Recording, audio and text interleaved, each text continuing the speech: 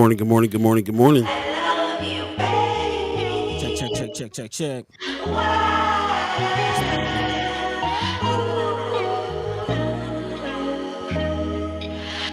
Can you hear me?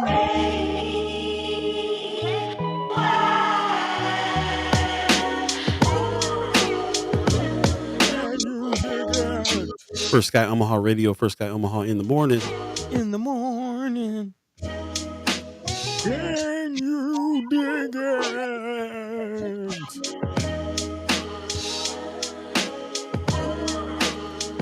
Check. We live at 85. All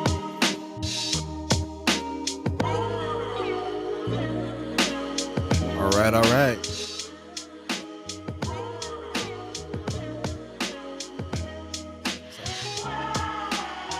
Check. 1, 2.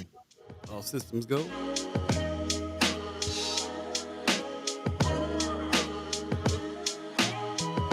sure we live at 85. Guys. All right. Good morning. Thanks for joining us. You're listening to First Guy Omaha Radio, First Guy Omaha in the morning. In the morning. Paul B, Buddi3 Da Gawd, all of you chat chimers, ghost listeners, radio listeners. I got all the wrong dates and all the wrong everything up today, so bear with us. Hello. What is today, by the way? The 22nd. And it's a Wednesday? Friday? It's Friday. Yeah, it's Friday. It's Friday? Yep. Man. Look, you didn't know this time. We both didn't know. I definitely thought it was Wednesday. I was definitely thinking Wednesday. So, yeah, you got me this time. But it's okay. It's okay. All we need to do is look at Leah Keister in the chat. Figure out what day it is. Man. Ooh. And Pops, too. Pop says, good Friday morning, First Guy, and mad love from Las Vegas. It looks like you don't want to tackle Leah Keister's. Yeah, I'm trying to figure it out, man. I think I'm going to go ahead and try it out, man. Happy yippee, yo, yay, yippee, yo, yay. It wasn't bad. Okay. It looked a little more daunting than it was, I guess. Easier than some. So Yeah. How's everybody doing this morning? How's your Friday looking? Any plans this weekend? How you doing, Paul? I'm doing all right. I'm a little tired and I'm kind of tripping that I forgot a whole sequence of things I'm supposed to do for the show this morning. He tired, boss. That's right. So if those of you that are looking at the title, Clarice Dombeck was Wednesday. Today we got Preston Love Jr. in the house. Yes. He's running for Senate. So even though that title is wrong, yes, we'd be anticipating a visit from Brother Preston Love Jr. Man, on the campaign trail. On the campaign trail, man. So that's what's up. Appreciate everybody that's joined us. I already got a shout out from the radio from the 630 Club on the mix. Appreciate you. Said the mix spoke to her this morning, so I appreciate that very much. Yeah, that's what's going on. We were just talking about that radio channel and the things we're going to do for it. So check it out. Go to the website, firstguyomaha.com, hit the listen button. Or if you have Amazon Alexa, tell Amazon to play First Guy Omaha Radio. And check out the vibe. Be getting down. Get on down. Yep. Well, good morning. How are you this morning, buddy? Man, I'm all right. I'm going to learn, man, not to eat Waffle House. Even your mama be coming on here talking about you don't got the guts for it. Man, leave that stuff alone. Leave it alone. Man. I'm gonna stick to my fruits and veggies. But I can't imagine that you'd be hungry since it's that time of year for you. Yeah, man, and sometimes moving and grooving don't always have the best food options at hand, especially late at night. Yeah, it's either Waffle House or McDonald's. Oof. Yeah, man. Choices. Man, it's like buying a Trump, man. So you went to Waffle House, the lesser of two evils? Man, you know what I'm saying? Yeah. Or is it? We're going to have an extensive hassle later on the show, so definitely get your haps together. Love to hear from you what's going on in your world this weekend. It's supposed to be cold. It's a little chilly. Chances of the S word tomorrow even. Yeah. Me no like no snow. Yeah, y'all can keep that over there. So yeah, it's a little chilly. It's like 30, 40, Is that a little chilly? Yeah, it's a California winter, bro. That. Especially when the wind from the north is coming in and there's threats of snow in on Saturday. It's like it's chilly out. Yeah, no, that's bona fide cold right there. Not Yeah, not, yeah, not digging it, but that always allows for you to kind of stay in the house. Just kind of stay in, do some things around. I don't know how much activities happening this weekend, but we'll see what's going on. yeah. For me, it's like, I might get caught up on some work this weekend. We'll There see. you go. Keeping it toasty in the crib. Yep. Lots of things to talk about today. Movement in the legislature for sure. We'll get to it. Again, Preston Love Jr. will be joining us a little later on the show, so stay tuned for him. Some updates on some of the articles that we've been talking about here on the show this past couple weeks.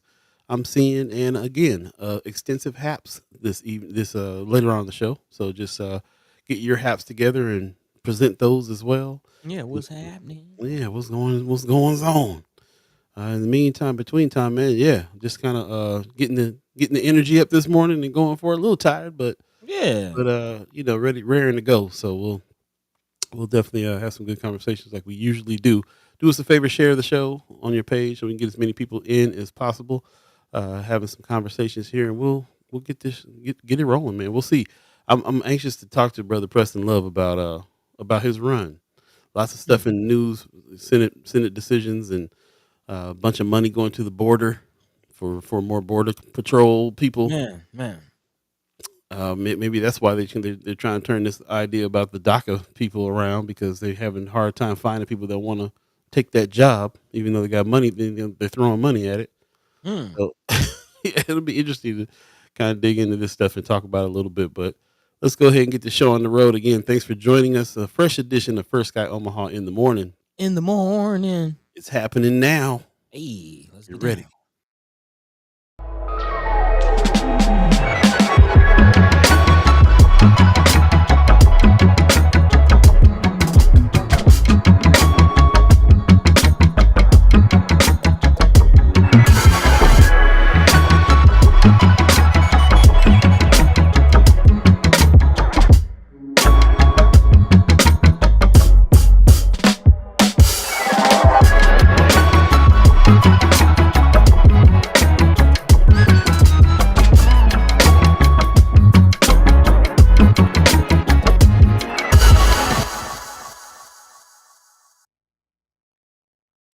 Hey. Good morning. Once again, a fresh edition of First Guy Omaha in the morning. In the morning. I am Paul B. He is Buddi3 Da Gawd. We Hey. are speaking with the chat chimers and ghost listeners and everybody in around town. Appreciate everybody joining us. Pop says, "Man, Waffle House is worth the sacrifice." Man. Is it that good? I mean, it's breakfast, bro. It's I've had much breakfast. better. Yeah, I've had much better breakfast spots, man. It's like Man, Denny's for California yeah, a little bit. A little bit. It's just accessible. That's pretty much it.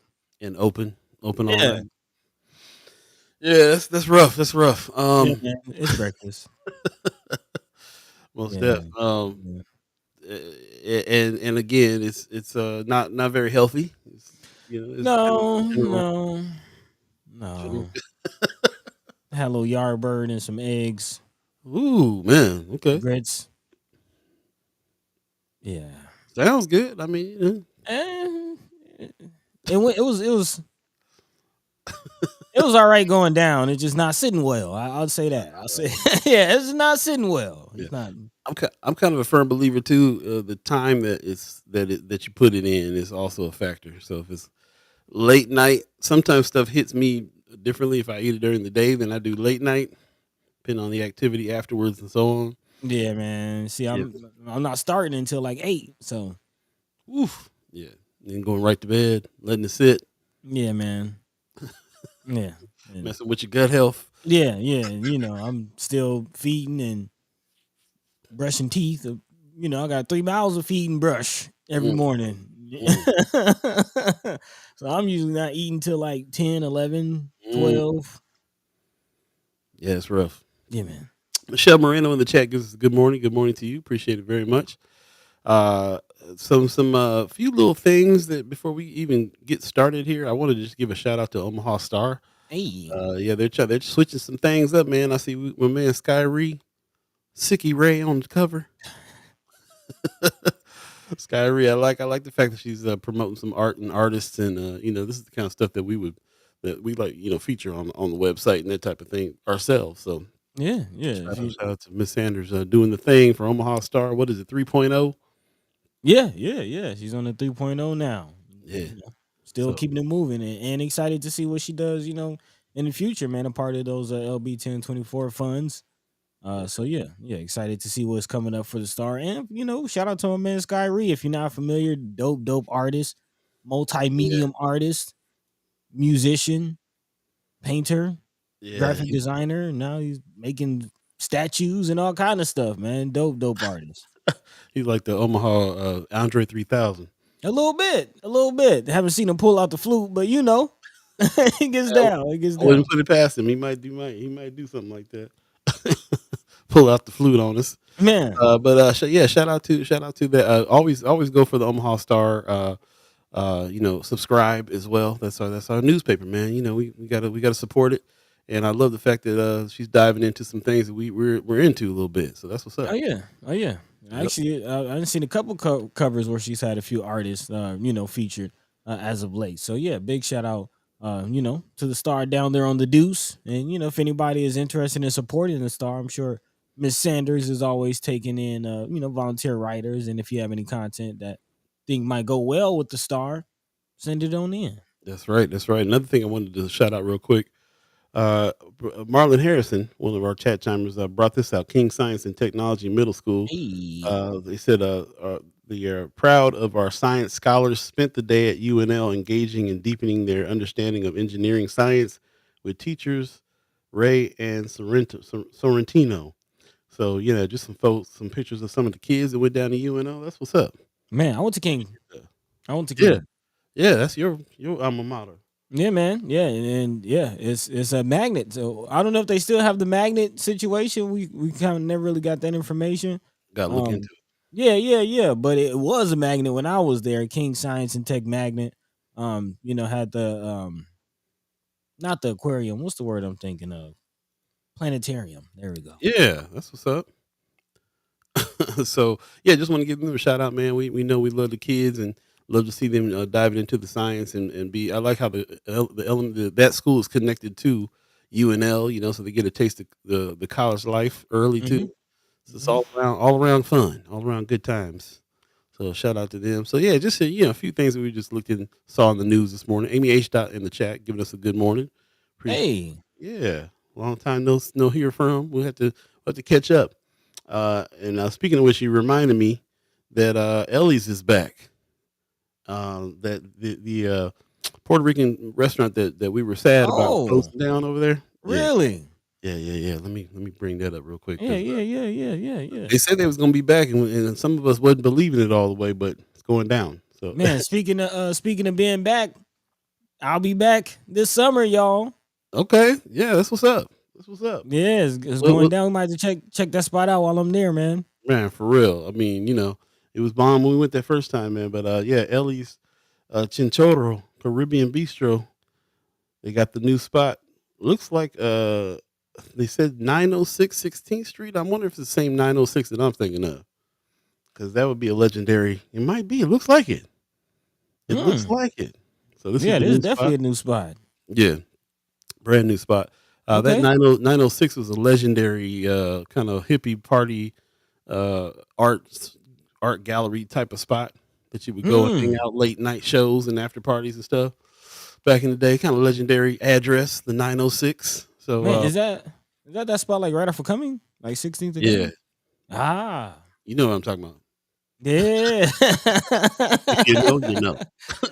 Yeah, that's dope. Uh, That's dope. yeah, so if that's the spot, if I'm correct about that, if that's the spot, then that's pretty legendary that this restaurant's gonna be in that spot. Man, I'm so glad. so is Puerto Rican Fest coming down to 16th? Is that what I'm hearing?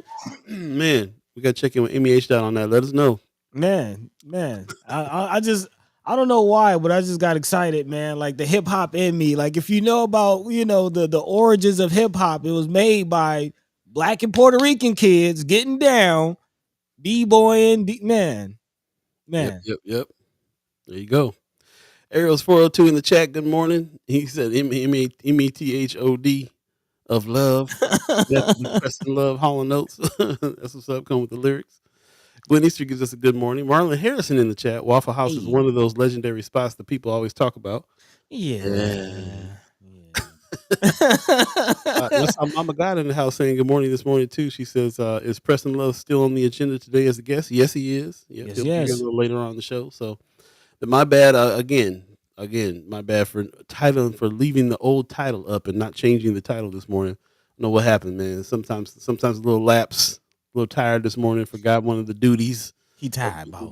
getting the show up and running. So, yes, for those of you looking at the title, Clarice Dombeck was our guest Wednesday, and it is now Friday, and Preston Yes. Love Jr. will be there. So, Yeah, but you can always go back to our Wednesday episode and check it out on YouTube. Check out our conversation with Cleese Don Beck if you missed it. yeah, She's running for a good one. Metro Transit Authority. So yeah. As Ariel's 402 always reminds us, hit the like button on your way in and out, and also go back to old videos and leave a comment. Kind of a tip for the algorithms. Yeah, there you go. Appreciate that. And also check us out on TikTok. That's where we're doing news briefs Yeah. and other fun stuff. So definitely go over to TikTok, check us out. We're building that up, building that out, and yeah, man, lots going on with progress here. I'm always looking at the months these days because we going on a break here in a couple months. Man. So speaking of which, June, when you're saying you're gonna come out, is June 15th will be when we take that break and end season 7, which is kind of going to be ending a whole era of seasons for us. Mm-hmm. So we definitely are coming with something new after July 15th that is going to be a little different than what we've been doing. So not too different, but slightly some new things happening. Some updates. And right, and hopefully building out the team for some good summertime fun. And we also got to have a Chat Chambers kickback if you're gonna be in town during the break. So let's get ready for that. It's party. Amy H. Dot to give you some information on the Puerto Rican Fest. She said it's taking this year off while Ellie concentrates on opening the restaurant in this new location. But yes, I foresee Puerto Rican Fest on the north side.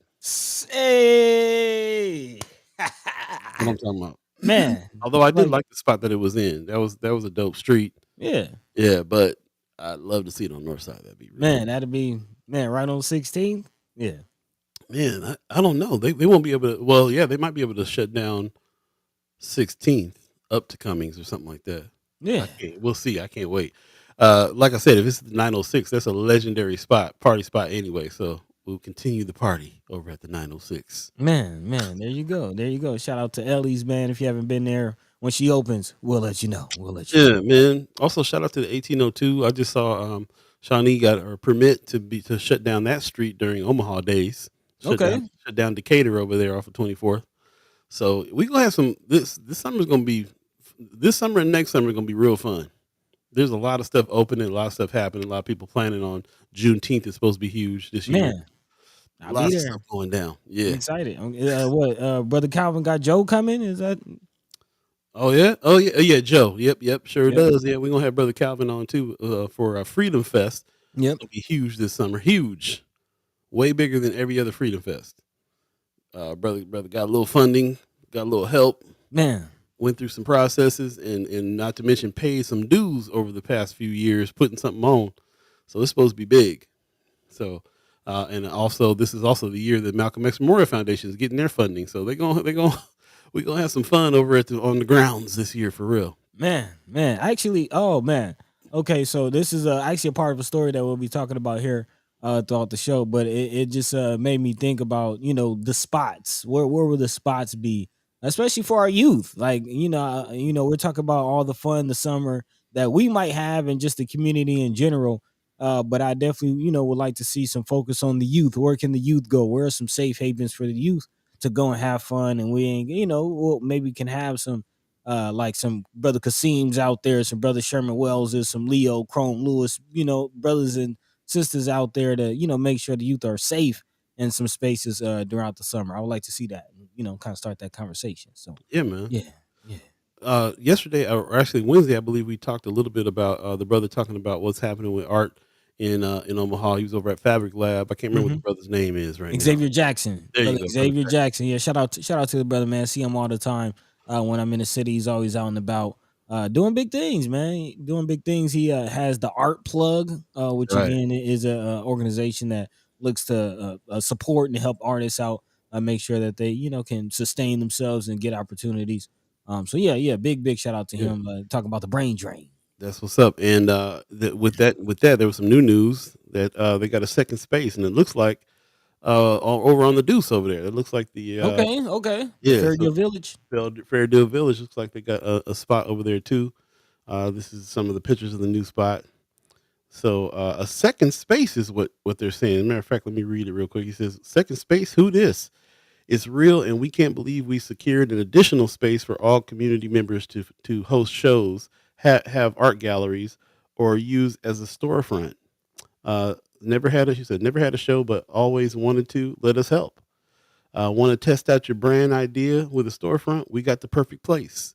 Man, there's some incubation that's about to be happening here on this in this spot in a real way.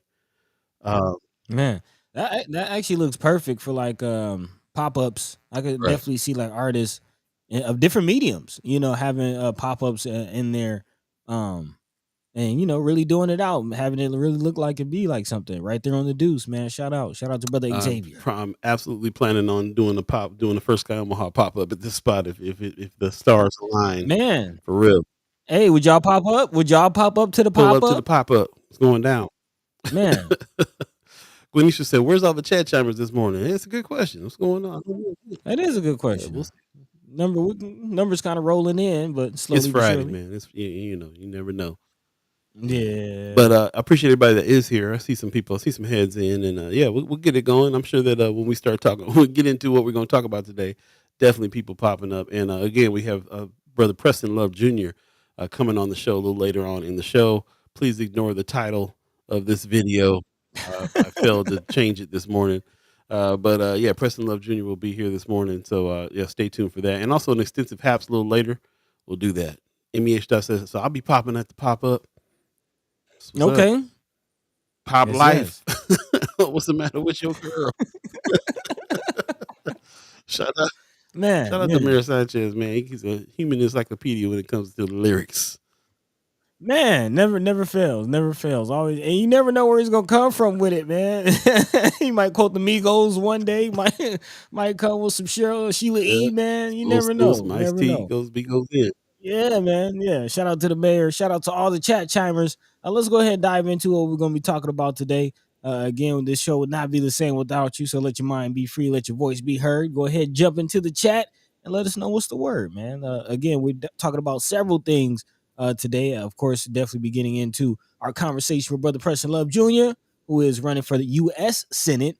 So, yeah, if you have any questions, get prepared for those. But also love to hear what you have to say about these topics. Still looking at what's going on in the legislature.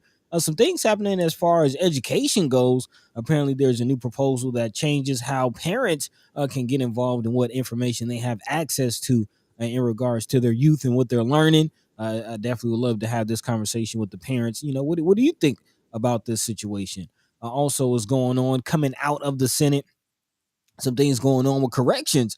Big shout out to the brothers, Senators Justin Wayne and Terrell McKinney. Looks like they're getting some victories and making some things happen. Senator Wayne just got a major victory on his LB 20, which advanced. If you don't remember, that's the bill to restore voting rights to felons right when they complete their sentence. Right now, as it stands, they have to wait 2 years again before they can vote. But again, that bill is moving along to possibly change that. Also, there's some things coming out of corrections, not necessarily a bill, but in the conversation of corrections, a new program coming out for inmates that will allow them to get community college courses behind bars. We're always talking about, again, what is going on with our incarcerated brothers and sisters, especially with the lack of information coming out of prisons. Always interested to hear about these programs. Also, kind of still looking at what's going on with Metro and the recidivism program. Always looking at, again, what resources are really out there, again, for our incarcerated brothers and sisters. Also, looking at some other things, apparently legislature is outlawing public records special fees. So this is definitely something that's interesting. Again, a special service charge for records requests We've been kind of looking at this. If you remember, Flatwater had a whole situation. They were charged $40,000 for some public records that they requested. Yeah, and now Supreme Court is upholding that, and now possibly some other things going on as far as getting information out for those who are seeking it. So I definitely would like to talk about that.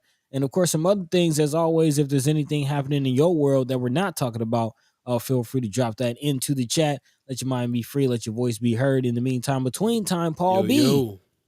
what's going on? What's going Man, on? just kind of checking out what's going on around. I see Stephen Abraham in the chat said we made it through another rotation. Good morning, Grand Rising. Appreciate you coming on in. Yes, yes. Mama God says invited folks to stop by today to hear Preston Love Jr. Please remind new listeners throughout the show he will be on later. Since not in captions, hit the like button and join us and follow on YouTube. Yeah, appreciate that very much. All right. Yeah, again, I failed to put the title up. It is the wrong title today. We will be having Brother Preston Love on, so thanks for the reminder, Mama God. Appreciate that. Anthony Rogers, right in the house, says we need some explanation on what is actually happening with LB20 because according to the Nebraska legislature website, it's not quite ready to be voted on yet. Okay, we'll have to let's dig into that a little bit because I feel Hmm. like the news was that it advanced in one of the steps here that's going on. Yeah, It he did. says the E and R phase for LB20 means commonly referred to as E and R. Enrollment and review is a process by which previously adopted amendments are incorporated into a bill, and the bill is checked for technical and grammatical accuracy. Okay, cool. Appreciate that little piece of education there on that. Yeah, can't Yeah. wait to talk to the senators about that too. They will be on Monday, so we'll definitely talk to them about what has advanced and what's going on this whole week, man. The legislature has been it's been something else, that's for sure. It's been a show. It's been a show this week. Yeah. Yeah, I think we kind of as we now are covering, this is probably our second or third session that we're really looking at it very closely and paying attention and following along as it's happening and kind of seeing this pattern, kind of the waning last few hours of the session. It seems when things start to get tense and things start to move, we start seeing filibusters and all kinds of things going down. So again, yeah, the great American drama, as Paul likes to call it. Definitely looking forward to speaking to the senators about these things on Monday. But yeah, we're going to be getting into some of it today to give that update. Yeah, So yeah, I guess, do you want to go ahead and dive absolutely. right on Yeah. into it? Yeah, yeah. Again, this actually coming out of Omaha World Herald, but also several other platforms across the state pushing it. And again, this is something that Senator Wayne has been talking about for a couple of weeks, and finally now getting some movement on it. Again, I appreciate Brother Anthony Rogers, right, for trying to get clarity on exactly what is happening, was actually happening, as he said. And again, according to Omaha World Herald and Aaron Bammer, LB20 advanced through its first of 3 rounds. So again, there's a difference between advancing and passing. It still has other things and other hurdles to get over. But again, according to this article, LB20 has advanced through its first of 3 rounds of debate in a 34-3 vote. Currently, Nebraska felons have to wait 2 years after completing their sentence before they can vote. A period. The bill's introducer, of course, State Senator Justin Wayne, said it was arbitrary and unnecessary. Again, that's why he's pushing to restore voting rights as soon as felons have completed their sentence. At the end of the day, when they have completed your sentence, when you're done, you should be able to participate in our society fully and completely, says Wayne. The issue has been pushed by lawmakers for years, but the bills were met with resistance, which is quite interesting because apparently some senators did change their tune on this situation. Kind of something we've been seeing a lot lately, as far as lawmakers changing their mind. For instance, Senator Steve Holleran, who's a lot of people have been pointing to some bills that he's pushed, initially voted no on advancing this bill out of committee. That was just last year, but now has supported it. He says sometimes you have to put yourself in their shoes. Holleran says, he says it's called empathy, which is interesting. That's definitely something we would like to hear from our senators, but it's always interesting who you hear that from. Also, Senator Steve Erdman of Bayard says his perspective also changed after sitting in on a state board of pardons meeting and seeing what people had to go through to pay their criminal penalties, kind of seeing some of the reality of life after incarceration. Wayne noted that Nebraska was the only state in the U.S. with a 2-year waiting period for felons, and Erdman said that it is time to catch up to the rest of the country, something we often see as far as senators looking around to see what other states are doing to kind of make their decisions. So again, very, very interesting. Of course, you did have some senators still pushing against this bill. Again, it was not a unanimous vote. Senator Robert Clemens of Elmwood, Nebraska, was one of those 3 lawmakers who voted against advancing the bill. He said a 2-year waiting period is reasonable, noting that in the past, some felons lost their voting rights permanently. He also says the period is needed and to ensure people don't return to criminal activity after finishing their sentence, which again, that is an interesting point. It's kind of the main point that you hear a lot of times when people, and quite honestly, I've heard a few chat timers kind of say this. I've seen a few comments in the chat when we talk about this as far as being skeptical about letting felons and Mm. formerly incarcerated people vote. What say you? Is this something that y'all are a part of? Is this something y'all about? Do you support this as far as again formerly incarcerated individuals being able to I vote? missed that. I never saw any. I never saw people in the chat questioning that. I would think Yeah. that that most of the people that we are most of the chat chambers people we're speaking with are all for felons being able to vote as soon as they come out of prison. I think it's part of the rehabilitation program, situation there. Anybody who is coming in and trying to join some kind of reentry program to be able to get back into society, it's a major plot point. And it's been historically a situation where a lot of people were coming out and thinking they have lost their right to vote altogether because nobody told them that they had 2 Mhm. years. That after two Right. years, blah blah blah. So yeah. Here's people in the chat right now. Areas 402. First of all, MEH said advance from general file. Ariel's 402 said he supports. Christy Norris says there is a Okay. criminal running for president. Might as well have Ah. former inmates vote. Michelle Moreno says let them Mhm. vote. Amy H. Dot says they are citizens. They should absolutely be able to vote. I'm thinking about how they count who's in certain areas because of a jail being in a town. You know what I'm saying? And they're Mm. in this. They're counted as citizens, but don't have a say in what's going on with them in the city that they're residing in at the time, especially the ones that are Mhm. incarcerated. Yeah, I think it's a part of the rehabilitation program myself. If you're rehabbing, you're coming out, you're reentry, you're going taking college credits, you're doing all these other things. Why not? That seems there should be something that you're now very familiar with what's going on with your local government because you've just been a victim of it. You know what I Man. mean? I've talked to matter of fact, Mhm. we've been talking about this documentary film we've been working on with MCC on the 180 program over there, the reentry program over there that they have at Metro. And I talked to a dude who told me about a situation that he was in where he shot at somebody, self defense. They broke into his house and they tried to attack him and steal some stuff. He shot at him, wounded them, and got a whole bunch of time. And apparently, found out that the Mm. law is that it would have been better for him if he killed them, according to What? Nebraska law. Because he didn't kill them, because he shot at them and wounded them, it was a different kind of charge, and he got a different amount of time because of that. And he was just Mm. like, so I sat there for years, going, like, why is the law like this?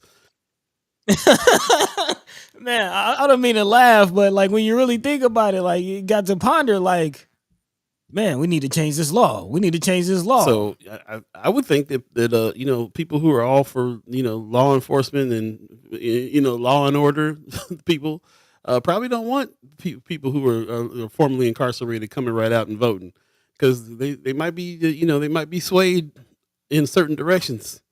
So I'm surprised there's not more pushback on this, but I think it's pretty common sense that as long as they are here and citizens of the country, why wouldn't they be able to vote anytime? Why this why it seems like one of those voter suppression moves they used back in the day. Well, felons can't vote. What's this arbitrary? You got to Man. wait 2 years after you get out to vote. Like, what's that all about? So I definitely, when talking about this subject, I definitely think about Florida a couple years ago. If you remember, there was a big thing, particularly in South Florida, the Miami area. There was the timing. I think this was a 2016 election. The timing as far as trying to give felons the ability to vote, and I think the bill passed right before the election came to actually allow formerly incarcerated individuals to vote. But they didn't, it didn't come into play that election Mhm. cycle. And I just remember vividly that there was a conversation about the numbers, like I think it was like 300,000 or something individuals who would have been voters, who would have been impacted by this, and had they been able to vote in that election cycle, like Trump would not have won or something like that. So again, we're talking about hundreds of thousands of people getting their right to vote. That can swing things tremendously. But I'm kind of looking also at brother Anthony Rogers. Right, he has a very very interesting point in general. He says that they should never have lost their voting right, or they should never have had their voting right taken away in the first place. Even when they are serving time, they should be allowed to vote. And this is an interesting point. He says if you are counted in the census, you get Right. to vote, full stop. And that is something interesting we did just learn with this latest census round, that and those behind bars are still counted on the census as Right. well. So very interesting. Angie Lawrence in the chat, good morning, says no one knows when their 2 years are up. So many don't know when they can unless someone tells them. We have many that could Hmm. be voted that could be voting now. They just don't know. So and not just the 2 year thing. Some people are. I've talked to people that have been getting out saying they didn't know they had the right to vote ever again. They got it taken away, and they came out and they can't vote, and they just thought that's forever because they're a felon or whatever the deal. But Hmm. yeah, so the information on that, be holding it back. Gwen Easter says, I support them being able to vote. If a person is going to commit a crime, not voting is not going to stop them. Yeah, the way to put it. Man, Black Dynamite in the chat. Good man. morning, y'all. Happy Friday. Appreciate you. Anthony Rogers Rice says Amendment 4 was in Florida. The people got it passed. Yeah, yeah. But then the state legislature said, "Hold my beer," and said said they have to pay all of their fees before they can vote. So poll tax, Yep. in other words, That's right? what it was. 300 to That's what it was. 350,000 people would have had their rights restored, but it's not fair to say we know who they would have voted for. True. True. Tamika Renee in the chat, good morning, says, I definitely support our returning citizens having their voting rights restored immediately. My husband, after doing 10 years, was on parole for 5 years and had to wait 2 years after in order to vote. With me being so involved, I was one of our proudest moments. It was one of our proudest moments for us to vote together for the first time. He has been active and engaged ever since. That's what's up. Yeah. But to Anthony Yeah. Rogers' Wright's points, I do believe I remember there's certain states that have been fighting for allowing people inmates to vote from jail, from prison, because Yeah. ultimately you really should never have to never had that right taken away. And it's really interesting that they put that poll tax on there. They're gonna find some kind of way. They're gonna find some kind of way. So now you got that's what it sounds like to me. Is this you got to pay all of your fees before you can vote? Sounds like a poll tax. Hmm. I mean, and the more I think about it in regards to the ability to vote from behind bars, um, it'll be interesting because we talk about how unsexy the whole criminal justice reform bills are, and if we had some inmates kind of chiming up on that, man, it might have a real impact as far as what we're seeing as far as overcrowding, some of the just deplorable things we're seeing in our prison system. I would definitely love to see how inmates voted on some of these issues, or how they backed candidates who voiced to some of their That's real. concerns. Ariel's 402 says waiting 2 years to vote is a play on re-incarceration. Yeah, I hear you. Yeah, yeah. I mean, even just the mentality of it. If you get out and you can't vote, you don't feel like you're really a part of society. You kind of feel like an outcast, feel like you're on the fringes, and then you jamming out. Some of the other things that Senator Wayne has informed us about. It's almost like you're not really given much options to really get back a part of society, as far as feeling like you're accepted back in society. Exactly. Shout out to Marianne Williams that put this in Friends of First Sky Omaha via a Twitter comment by Paul Hamill, who is the senior reporter for Nebraska Examiner. We do a lot of Nebraska Examiner stories here. So shout out to Mhm. Paul Hamill that is posting. As you can see, Twitter is still in play. Every time there's a Yeah, headline, every time there's something we're talking about there, he's posting what's going on. So you might want to latch on to his page as well. Follow him over on Twitter, and kind of get some of the latest as well. But yeah, it's just interesting to me how much Twitter's still in play for news. And let us know if anybody here in the chat gets your news from Twitter, or follow any reporters there too, because we're constantly weighing back and forth, going back and forth. Elon be having so much mess going on. We like, I don't know if we're gonna man. do First Sky News over there, but we may need to, just depending on where you guys are at. So again, if anybody uses Twitter to get news, let us know.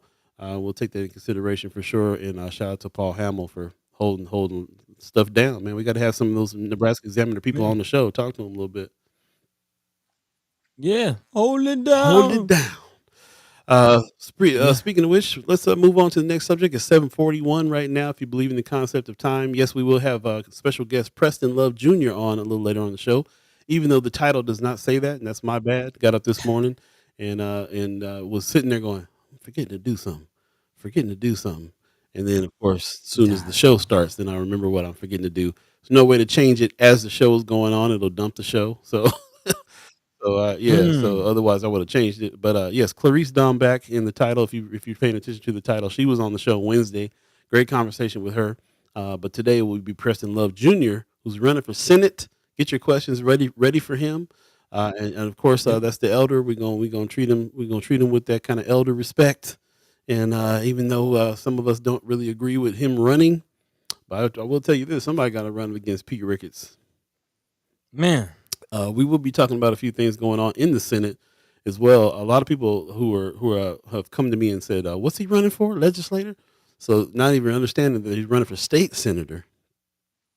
No, I mean, U.S. U.S. senator. senator, He's running right? for the U.S. Representing, Yep. right? Yep. So this is something that this is a huge deal, and you don't know this. You don't really pay too much attention to this, but there's a lot going on in the U.S. Senate.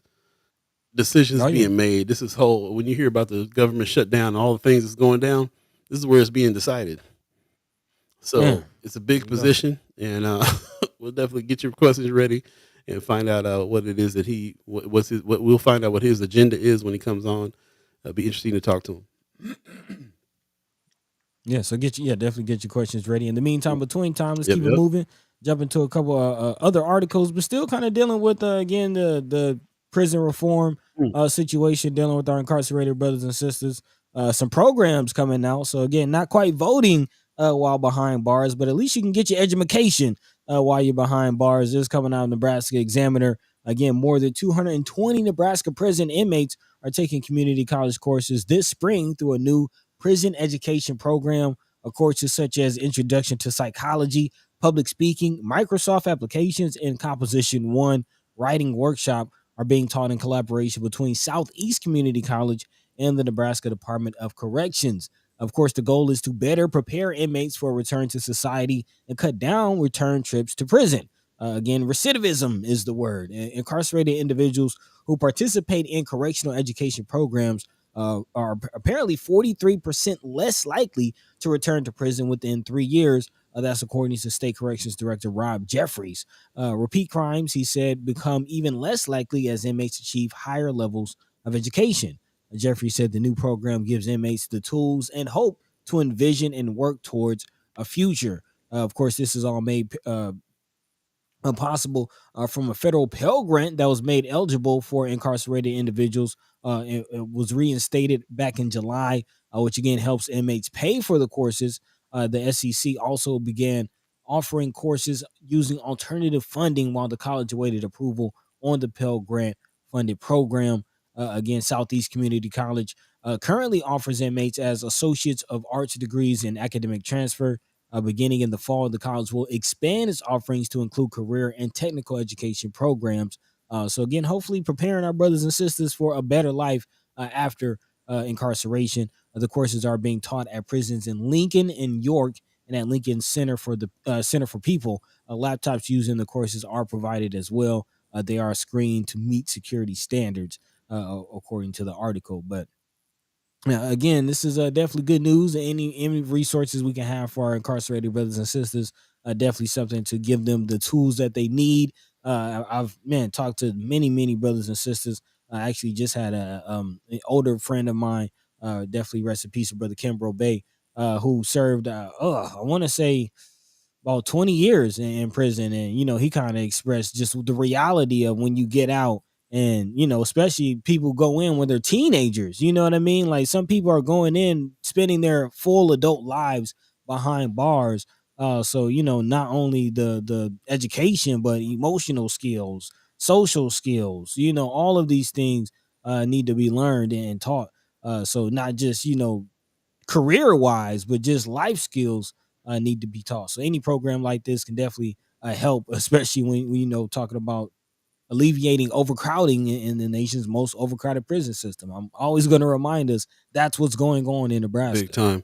For those of you that don't know, we talk about this all the time. We're actually working on a documentary film with Metropolitan Community College 180 Reentry Assistance Program. Shout out to them for doing this work too. But Metro provides free classes, so the ones that we're talking Hmm. about today are can have to be paid, and I think they get some help with a Pell Grant. But I'm Yep. happy to see other programs and other schools, prioritizing the fact that that reentry it requires education. I've personally talked to some folks and actually interviewed some folks in this program that were like, when I came out, I was asking people for a payphone, and people laughing at me. I had no idea how to, they don't. Man. We talk about life skills. We talk about they maybe been in as teenagers, and been in and been there the whole time, but they've missed not just the life skills, not just being a part of society as far as jobs are concerned, or miss years of their life with their family. But they also, how fast technology moves. They come out and don't know nothing, Yeah. don't know how to do nothing. They don't understand how to use a cell phone.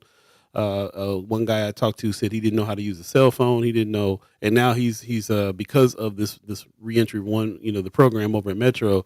There's actually classes on technological literacy, how to pay your bills on the phone, use the internet. There's people that's been in there that were in there before the internet was invented, that are coming out and trying to survive in society, realizing that you have to be on the internet and look for jobs. There's no more kind of going into the paper and and looking and circling something to go get a job somewhere. Man. Ev- Man. Everything, bro, Classifieds. everything.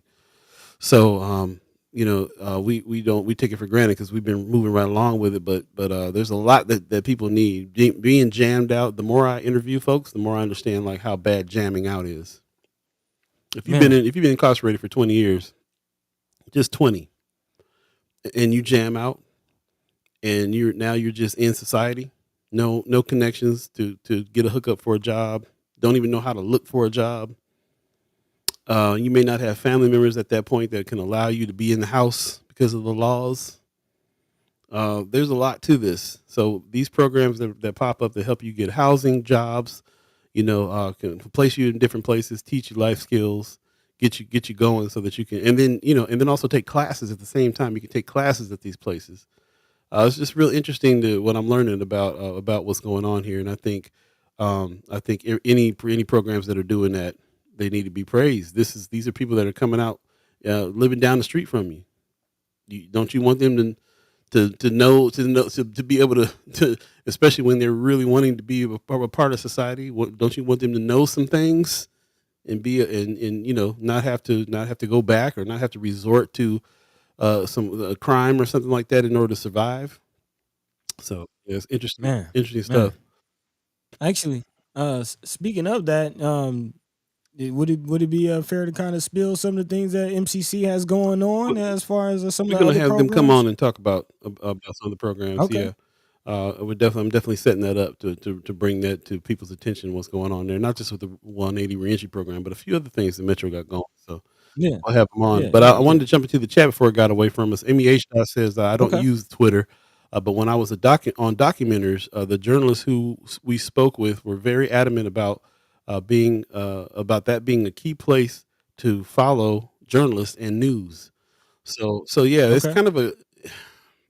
it was kind of established a while back that this is where journalists go to put some teasers out to go read the articles, and it turned Mm-hmm. into a thing that So I don't know, just because it turned to X now and Elon Musk has it. I don't know if that stopped anything. It doesn't seem like it stopped much when it comes to journalism. So yeah, maybe it's still a place to go. Tamika Renee in the chat says, I don't think they would allow incarcerated citizens to vote. That's too much for the majority to risk.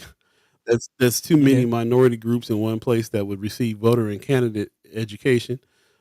They would actually Mm. have time to research to make an educated decision in the voting process, and that would turn Yep. some Yep. tables quickly. That's the Yeah, point, though. That's the right. point. They never let slaves vote. For one. That part. If That you part. watch 13th. Anthony Rogers Wright says, I'm going to be respectful, talking about Preston Love that's coming on. Yeah, for those of you that are looking at the title, I got the wrong title up there. Preston Love Jr. will be joining us later on in the show, and we'll have a conversation and get your questions ready for him. Anthony Rogers Wright says, I'm going to be respectful, but I hope he knows about Senate procedure like the filibuster, regular order, budget reconciliation, and the various parliamentary tactics associated with with that toxic chamber. Yeah, ask Mm. questions, challenge for sure. We know how to Yeah. challenge and be respectful at the same time. I appreciate you saying that. Ariel's 402 says, I'm wondering how much space for learning is dedicated for in the new prison that would help facilitate this. Yeah. You got It's a great question. classrooms in the new prison they building? Doubt it. Tony Johnson says, less than 2 months away from primary voting in May, and little to none info on or events from the Black Votes Matter effort. Yeah, he did turn over the Black Votes Matter effort to somebody else to run it, I believe I heard. So we'll have to ask him about that when he comes on. Yeah. Um, Fantastic. Michelle Moreno says that they should have free mental health services for 2 years.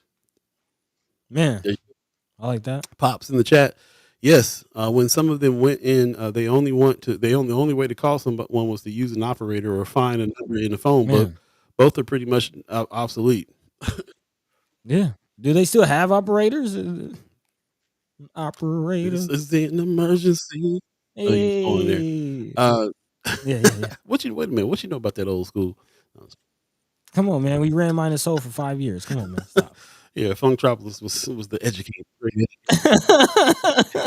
Come on, man. Stop. Yeah, it's really interesting to speak to these folks about that. They give me pictures. This one dude was saying, I don't know how to take the money that's in my pocket and put it in my phone so I can pay for anything. Yeah, Man. because you gotta. They looking at your record to get a bank account these days, bro. So there's a lot. There's a lot. And if you don't have, like I said, man, family members sometimes are on that tip. Like I remember Senator McKinney saying this at one point. He was like, "It's not the law enforcement stuff's not sexy, Bill. You can have people that are in your family in jail still don't come and advocate at the Senate Man. because everybody has this, we're going to throw them under the jail type of attitude and shame and everything attached to you got a family member, so you're not even tripping. So they might get out and not have any support on any level, which happens a lot.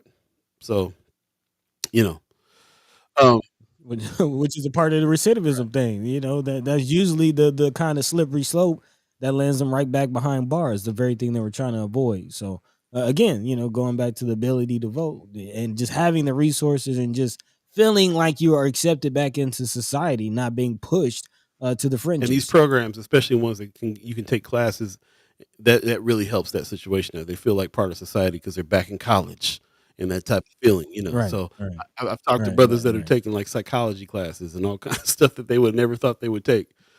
And busy, they're Man, trying to get their CDL license so they can drive a truck, but they also taking psychology classes and stuff like that. Well, putting out well-rounded folks. So interesting stuff. there you go. There you go. So, yeah, we'll definitely continue to keep our eyes on that, and also we're still pushing along, man. Definitely look out for that documentary that we're doing with Metro Community College, man. Definitely getting excited about that. Some big things coming along with that. So yeah, we'll continue to keep you on top of all that news as well. Some big things coming out of First Guy Omaha, man. So I appreciate all the support that we got. Man, Paul B, what's the word, Yeah, man? What you man. Let's thinking? let's get to it. I know that we're gonna have a special guest, Preston Love Jr., coming on in. Get ready for your questions for him. For those of you who are looking at the title, I failed to put the right title up. I left the old one up. Clarice Dombeck joined us last Wednesday, and it was a great conversation with her. But today it'll be Preston Love Jr. He running for U.S. Senate, and we yeah Hmm. his campaign is happening now, so we're gonna have a little conversation with him coming up. So in the meantime, between time, you want to take a quick little break before we jump into another story, or how you feeling over there, buddy? Yeah, let's smell some coffee beans real quick. We're actually going to take a pivot a little bit, jump into some other news going on around the metro. So yeah, go ahead, take a sip of your drunk ship, and I'm come glad on you back. reminded me. Speaking of coffee beans, Yes, yes. the show is brought to you by Drunk Ship Coffee, straight up. The family's coffee company here, and they've been sourcing beans from a farm in Ethiopia. And yeah, this is the whole bean, nice roast. Definitely check them out. Go to drunkshipcoffee.com and order yours today. Next week we have a contest coming up where we'll be giving away a couple bags of this. To some folks, Yeah, some man. of you coffee heads out there want to get busy and check it out with us, then stay tuned for that. So get your email addresses dusted off. I think that's going to be part of the contest. So straight up, Drunk Ship Coffee. Shout out to the fam for providing us some of the bags in order for us to do some giveaways coming soon. Coming soon. Stay tuned. In the meantime, between time, we're going to take a quick break and come right back. Again, you're listening to First Guy Omaha Radio, First Guy Omaha in the morning. In the I'm Paul B. He's morning. Buddi3 Da Gawd. Hey. Stay tuned.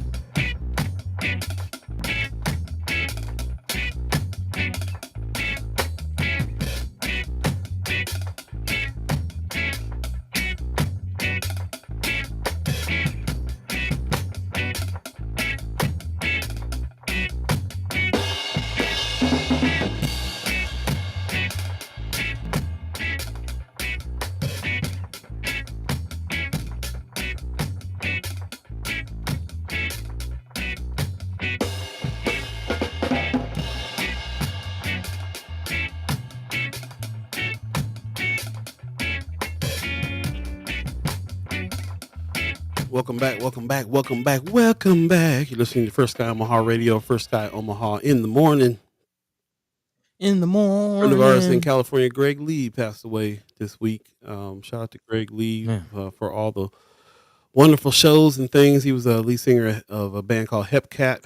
My cousin Boogie, who we just heard this track from right here, played with Yep. him and did stuff with him, and that was what some of the music sounded like. Of course, we can't play Hepcat tracks here because we'll get hit by the copyrights. But that was an example. That was an example of some of the kind of music that the brother got down with. Too young, bro. 52 years old. Had a brain aneurysm and a heart attack. I don't Man. know if you guys are hip to Hepcat, but this is kind of reggae ska style music, and it was pretty legendary in the scene. So shout out to him and his family, and my family, and everybody that has been friends with this cat for a long time. So yeah, just Man, rest wanted in to rest peace. in peace him. But yeah, we're back. Thanks for joining us. 7:58 right now. If you believe in the concept of time, please don't pay any attention to the title because I failed to change it this morning. Clarice Downback was Wednesday. We got Preston Love Jr. this morning coming in shortly. So get your questions ready for him. Also, it's Friday, so we got an extensive haps happening a little later on. Get your haps together as well in order to let us know about some of the things that you think is important and all that good stuff. We'd love to hear about what you got going on this weekend. Supposed to be rainy, cold, supposed to be snowy. Yeah. I don't know, man. Can it just stop already? Can it stop? I just want it to stop. But it's not below zero cold, but it's still cold. It's still cold for me. I'm still Yeah, y'all can have it, man. You can keep it. It's part of the reason I got heard up out that. of Heard there. that. How's the weather out there in Atlanta, by the way? What's going on? Nice. Stop rubbing Yeah, it in. planning on getting No. in my yard this weekend. Yeah, getting out in the yard this Okay. weekend. Might fire up That's the what's up. grill.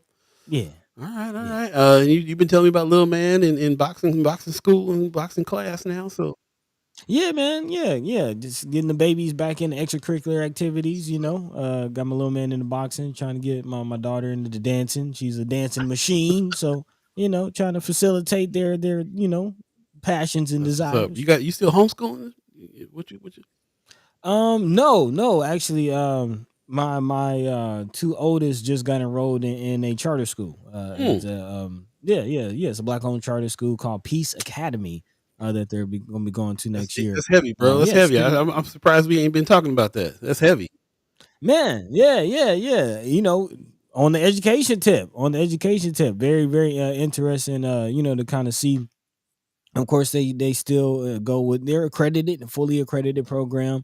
Of course, the charter school, laws are kind of different. From not mistaken, it's the charter schools that Nebraska doesn't have, right? They have private schools, but there's no charter Exactly. schools in Nebraska, right? So that's a different case down here. There are charter schools, and actually, it is interesting. They also have a Charles Drew charter school down here, which we talk about the Omaha Atlanta connection. That's a part of kind of the purpose built community type activities that we're seeing, kind of similar to what we're seeing with 75 North on 30th Street. That is a purpose built community. I also believe Canopy South, what they're doing with the Southside Terrace apartments and the development down there, that's also coming out of the purpose built community kind of network, if you will. So again, some people calling it gentrification as far as development happening, charter schools popping up. There's a golf course connected, so you can kind of kind of take from that what you will. But yeah, just all the interesting conversation to see how that plays out, as far as just the schools, the neighborhood development, all of that. So yeah, I'm kind of going on a tangent, but yeah, definitely looking at how all that plays out here as we kind of have our own conversations about education Yeah, in that's a trip. Omaha. So black owned charter school, Yeah, man. juxtaposed to how Omaha is doing things. Very interesting stuff. I'd love to hear what you guys feel about that. About whether or not law should be changed here. Should charter schools be allowed? Is that some of the answer? Not sure. Also, a little side point. People ask. We hear about other Charles Drew named stuff all around the country. Hmm. For those of us that were born and raised in Omaha, know about the Charles Drew Medical Center. But they named it after somebody, obviously. And if you don't know, he was a African American surgeon and medical researcher from back in the day, and Yeah, did a man. lot of stuff with blood, and he's one of the most prominent African Americans in the field. So he's kind of it's black excellence, some legendary status when it comes to Yeah, somebody man. medical Yeah. field. So a lot of stuff around the country is named after Charles Drew. So we're lucky to our health center named after him as well. So yeah, just a little side note. Kimber Snipes gives us a Yeah. good morning. Good morning to you. Hey, Sister Kimmer. Always out, man, Peace, peace, peace. doing the thing. Yeah, actually, speaking of education, I know you were at that school board of education meeting recently. Kind of let us know, if you have some notes, what came out of that. What were some of the things being discussed? Yeah, what's going on with that? Actually, speaking of education, let's go ahead and pivot into another Yeah. article. Again, where we're looking at what's going on out of the legislature, and there is some movement in regards to education coming out of the legislature that we should, definitely be aware of, especially those of you who are, raising young folk or even have raised young folk. I'm kind of interested to get your take on this. Is this something that you support? Is this something that you think is a good idea? Again, in this era of CRT and parents really stepping up and being vocal at public board meetings, this latest move, some would say, will be a good move. And actually, it was approved in the first round unanimously on 43-0 vote. Talking about LB 71, which was presented by State Senator Rita Sanders of Bellevue, Nebraska, under LB 71. It would actually update a 30-year law about what parents have rights to know, not just parents, but guardians and other educational decision makers, and their right to know information in K through 12 schools. Again, a public school district would need to adopt the new policy. Again, a lot of leeway and decision making power is left to the school districts, but again, they would have until July 1st to adopt a new policy, and they would also have to provide the state information on how they plan to involve parents in their children's education under this bill. parents will have expanded educational materials that they can access, not only including textbooks and tests, but also activities information, digital materials, websites or applications used for learning, training materials for teachers and staff, procedures for review and approval of training materials, learning materials, and activities. Again, this will also allow parents to put in requests to stop their students from being able to, again, be involved, I guess is the word I'm looking for, be involved in certain activities, kind of similar to what we've seen in South Florida. It comes to mind with teachers again, or parents having to sign permission slips to read books written by African American authors. So again, this is very, very interesting as far as just the whole climate of education. We talked about just the political races and education boards, especially at the state level, and just the amount of attention recently being pointed. I think an article I mentioned before, those running for state board of education before only had to spend 25, $30,000 for their campaign, and now we're seeing six figures plus now being poured into school board education campaigns. And why so much money, why so much attention being pointed in that direction? This is something we definitely should pay attention to. Yeah. Let us know what you think on that. I appreciate everybody who is throwing in the chat this morning. Kimra is giving us a little report from the school board meeting. Said it was a very short meeting. The biggest thing I got from it was with the people coming to talk about banning books. I was out of there before 7. Okay. So I Okay. think there's a whole lot more issues besides that, but it's interesting that they are that's the that was the topic of conversation there. So The banning yeah, of the books. yeah, Yeah. Well, I mean, this tied to that. Again, parents, it's about the parents' right to know there's a lot of concern about what is being taught, what is being talked about in schools on many fronts. Again, that the sex education controversy that happened again when the state board tried to change the sex education policy, and a lot of parents spoke up about that. There was a lot of pushback. Of course, the CRT saga that went down. A lot of parents and a lot of just individuals in general were very vocal about that situation.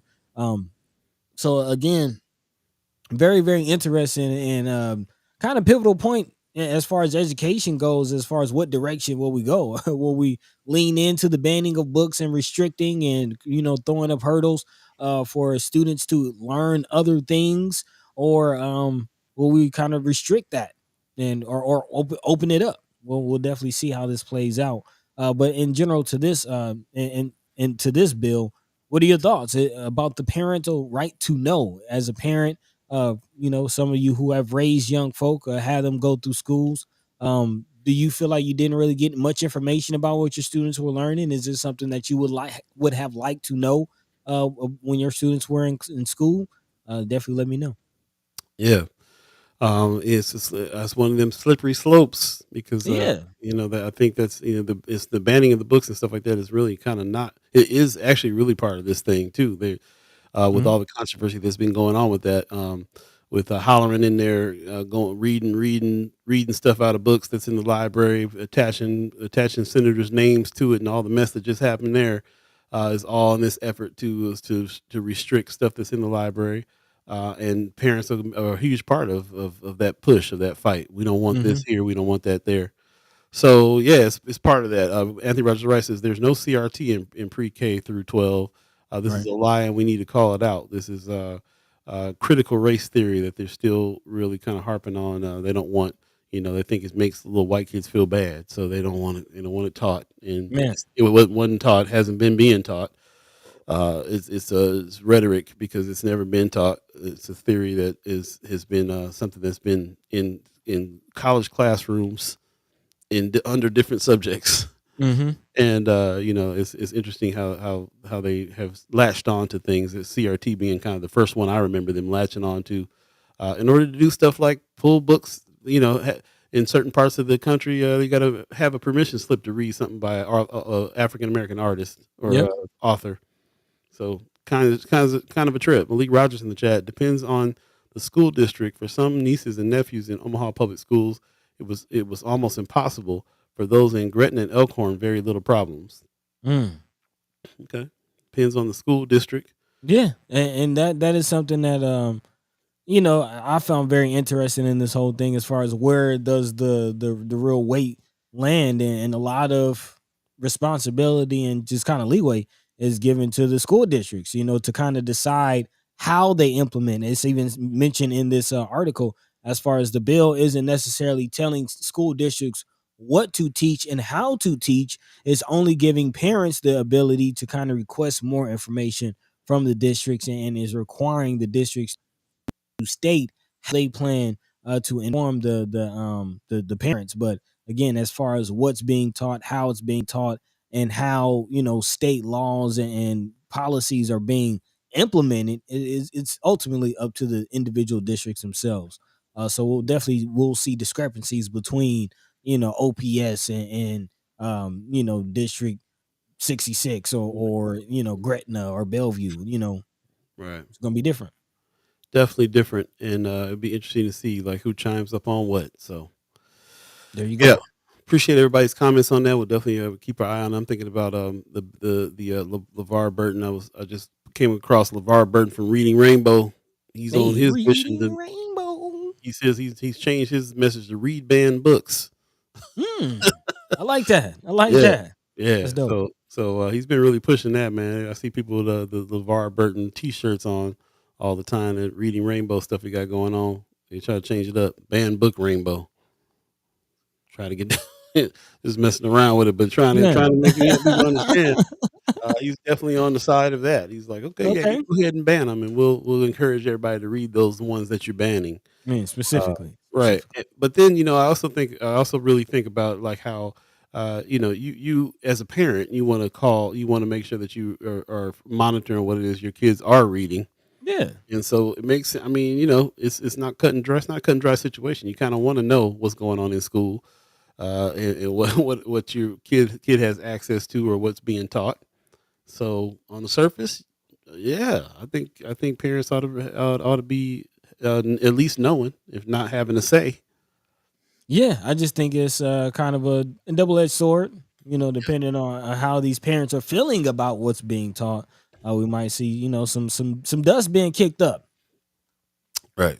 We'll Yep. see. Yep. We'll see. Again, this bill did make it through its first round of debate. There are a few more rounds for this before it actually comes into law.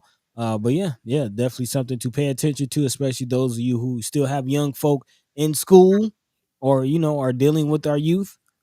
Let's stay on top of that.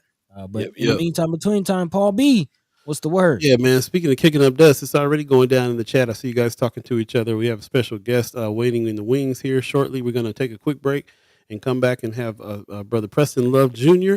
come on and be able to have some discussion about his run for U.S. Senate. Again, you're listening to First Sky Omaha Radio, First Sky Omaha in the morning. In the morning. Paul B, Buddi3 Da Gawd. Stay tuned. Preston Love Jr. up next. We'll be right back. Hey.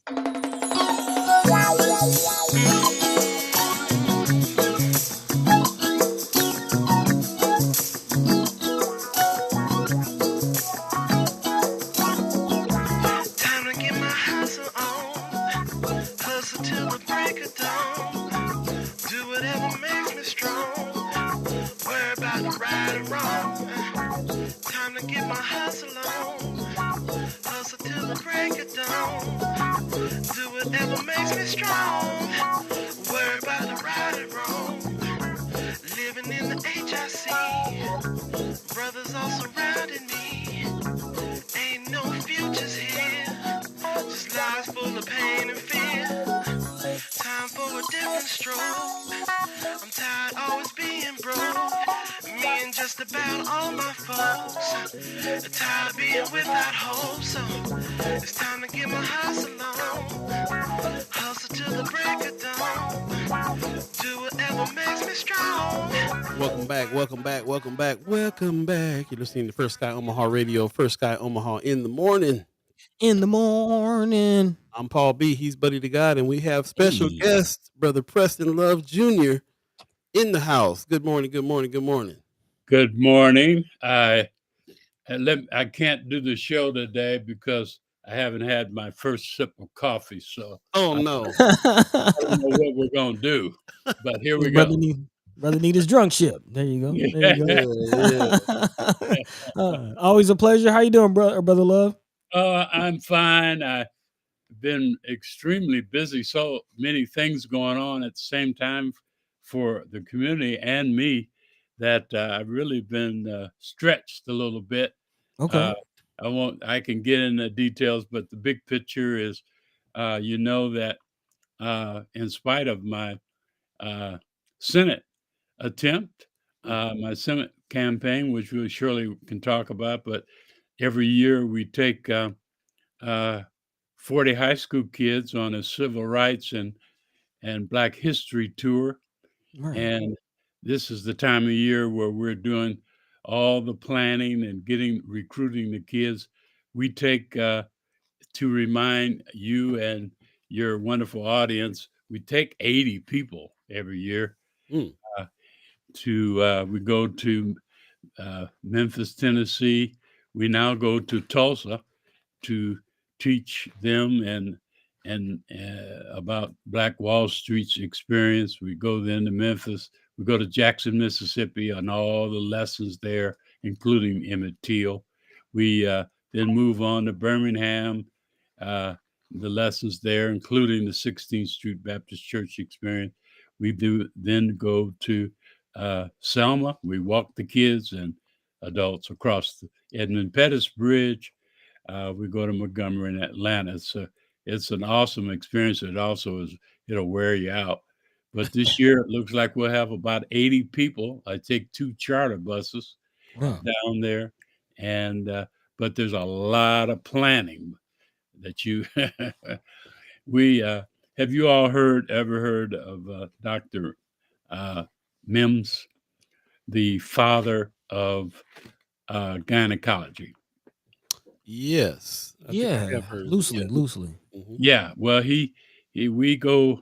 Uh, he was the father of gynecology, and is recognized and is memorialized in Montgomery. But the story that's not told is he became that by uh, using uh, women who were enslaved Mhm.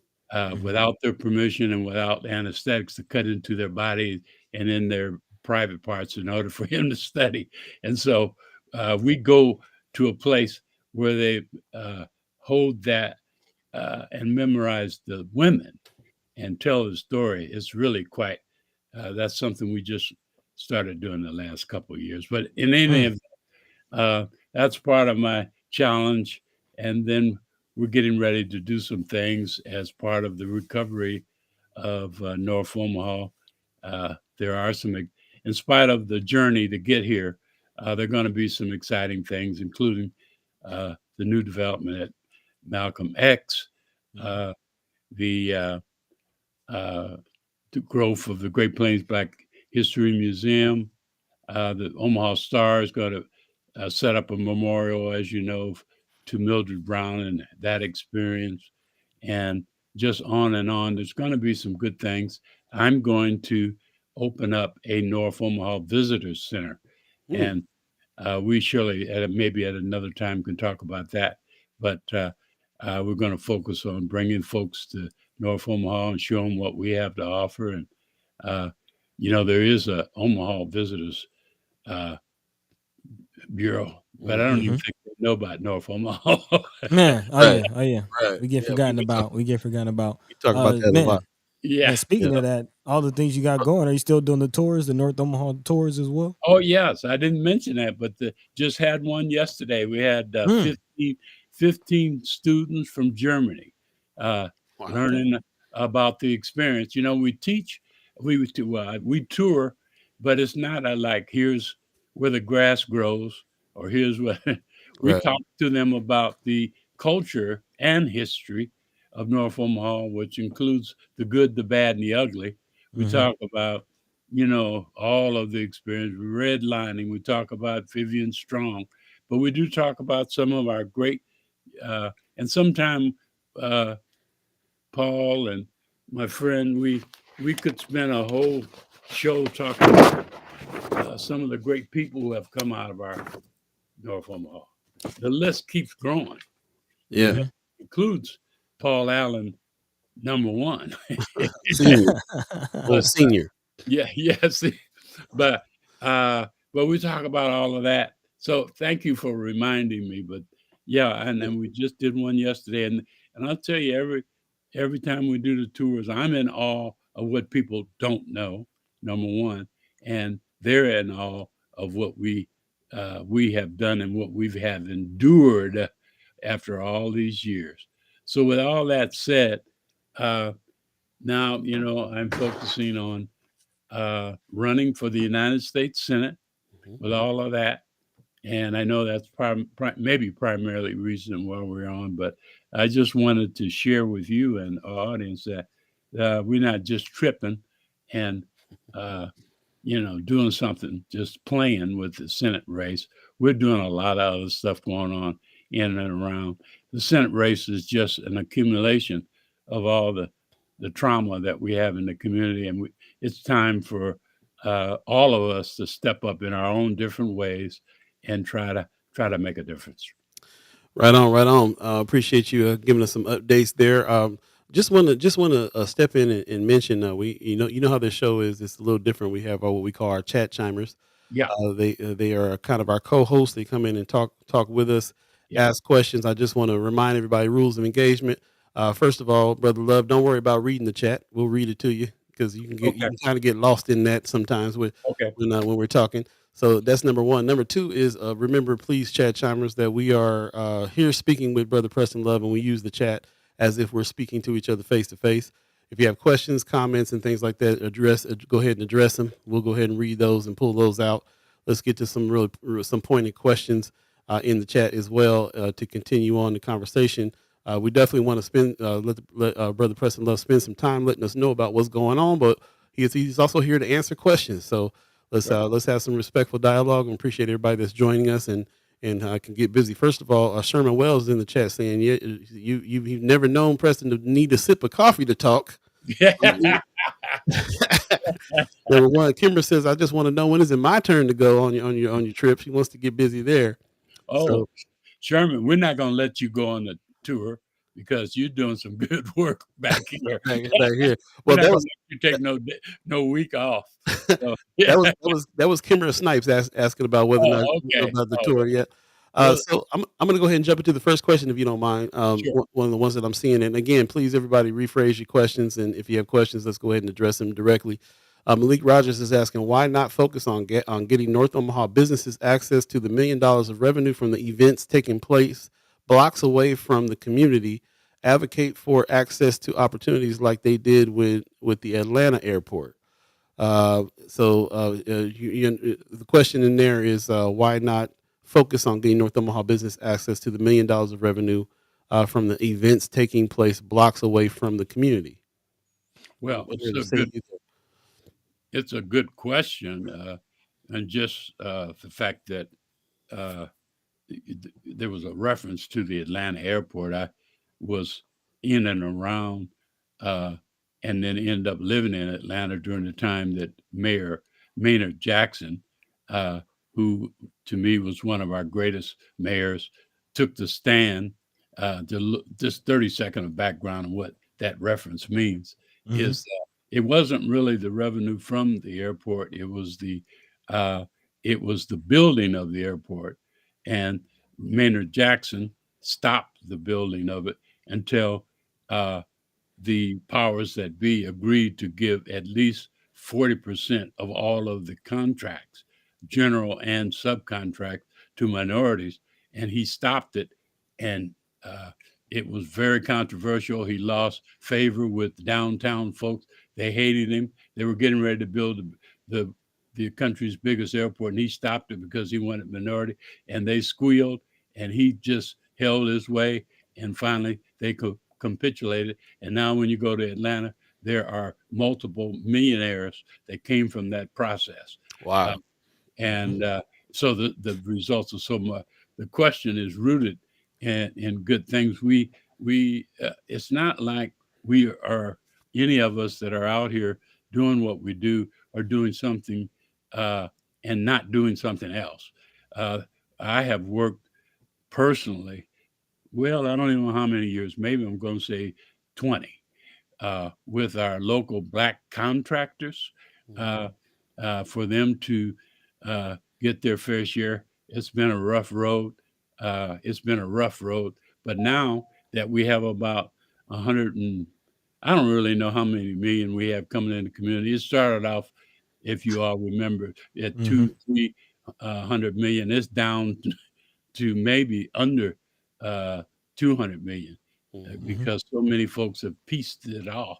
The city pieced off some of the money. Creighton University pieced off some of the money. mm, And so many of us fought behind the scenes to try to stop that. But it's done for now. It's not over. But so there's going to be about $200 million coming in the community. So the question is, uh, and I don't know if I'm changing the question. If so, correct me. But is we have to fight to make sure that we're getting our fair share of that money and that the vendors and marketing and contractors and all will be part of the growth that comes out of these Mm-hmm. contracts, not Yep. just the contracts themselves. Uh, Yep. and so that is that is an issue. And I think the questioner really is asking why not are we getting uh, just the revenue that flows into the city? Like, for example, the revenue that flows in the city during Berkshire Hathaway is Mm. enormous. The revenue that flows in the city with the College World Series is enormous. The Mm-hmm. revenue that's flowing right now because we have the regional basketball, all that. Yeah. We're not getting this. We as a people, but we as a community are getting very, very uh, a small amount, if any, of all of that revenue that flows in and flows out. Are all of the vendors and people that could get need to be part of that. I have tried to fight the battle as we were talking about my legacy tours. I have vehicles and I'm soon to have a charter bus as part of my fleet. But I should be able to compete and take one of those teams around and make that revenue. But I'm telling you, it's a tough road. When I talk Mm. about running for Senate, I'm trying to uh, go at it from a different level. I'm trying to fight the battle maybe with a little more power because we just don't have the haven't been able to accumulate the power to fight these battles right. We don't have enough allies. We don't have enough folks that want to fight with you these days. We can talk about that. That's a whole issue. But Mm-hmm. so I hope I've touched on some of the answer. But I agree with the caller's assumption. We're not getting our fair share. So it's not a why not. It is a we should. yeah. And we're trying, but we're not having a great success. I think he was definitely trying to find out why were we focusing on that, and I'm hearing that the focus that we are focusing on it. Your strategy to focus on is to run for Senate. Mm-hmm. Thinking back about the shows that we've been discussing, your run for Senate. I think that's a big thing with us in the chat chambers, more so than the other things that you're doing. There is a question about what's going on with Black Voters Matter. I think Black Votes Matter. I think you Yeah. uh, have somebody else. You passed that along for somebody else Yes. to run. Yes. You can speak on that a little bit, but also, yeah, the solution here about you running for Senate, we kind of want to understand it a little bit more. And I got a question from Anthony Rogers Wright coming up, but Mhm. could you answer that first? What's going on with Black Votes Matter? Well, I can't wait for Anthony's question because he loves me so much. But uh, the first of all, Black votes matter. We've been fighting to get the leverage of our communities voting for years, for now maybe 20 years. It's rough because in a poverty-stricken community, folks are worried about surviving and focusing on the troubles of life, and so we tend not to uh, focus as much on understanding the value of our vote and the power it can have. And so we've been fighting through my organization called Black Votes Matter for years on that. However, when I decided to run for Senate, the short version is uh, my Black Votes Matter is a 501c3, and there is a federal and legal conflict for me to run that at the same time. And so I asked Pastor Dwayne Mays, who had been working with me. I don't know if you all remember, and I think maybe I came on the show and we talked about the Black Political Summit that we had last year, that we Mm-hmm. started in February, and we had three successions. And we also brought Justin Pierce from Tennessee in Yep. uh, to motivate us a little bit, but to fight and try to get our community understanding how important it is to get the black vote out, and then also to roll up our sleeves to get the black vote out. So that whole black votes effort is still going on big time, uh, kind of on the side, if you will. And I'm not directly involved in that because, of course, I'm running a partisan campaign. And so, uh, uh, yes, on Yeah. that, but it's not me directly. And it is really doing some good work with the black churches and many of our neighborhood organizations that get the black vote out. I think we're going to really see some good results of that effort. So now on my campaign, I forgot the nature of Well, the well, question. I haven't gotten to that yet. I appreciate you answering the question about the about what's going on with Black Votes Matter. I think the consensus is that since you have stepped away from it, it's not as visible. So you Yeah, might want to talk to your camp there and let them know we need more partnerships, maybe get with the BAA, get with some people that are doing some boots to the roots work with young folks, yeah. some more exposure because you're such a Mm. superstar that when you stepped away, then we didn't know if it was still existing. So, Yeah. Well, yeah, I received that, and I will. Let me just say this, and I have to say it, make sure I don't step across the legal line. But I do occasionally talk to Pastor uh, yeah, Hawkins about that effort because that's my baby over there. Black Votes Matter. right, Uh, but I do hear you, and uh, and so Pastor is more of a roll up your sleeve kind of guy, and right, probably is not getting the uh, you know, public awareness of what's going on. Yeah. So that's something worth to talk about. So definitely. there is work going on, but it's not. I hear what you're saying. Mm-hmm. So Let me go Yeah. ahead and jump into some of these questions, man. The chat, I'm going to try to keep up with what's going on in the chat. There's a Yeah. lot It's of going on. cross communication. mhm. Anthony Rogers Wright a little earlier said Jesse Jackson, who we are all praying for, and who you used to work with during his presidential run, has called for an immediate and lasting ceasefire in Gaza and an end to Israel's occupation. Do you agree with Biden's handling of the situation, and would you support the USA ceasing military aid to the state of Israel, a move that most black people support? Oh, absolutely.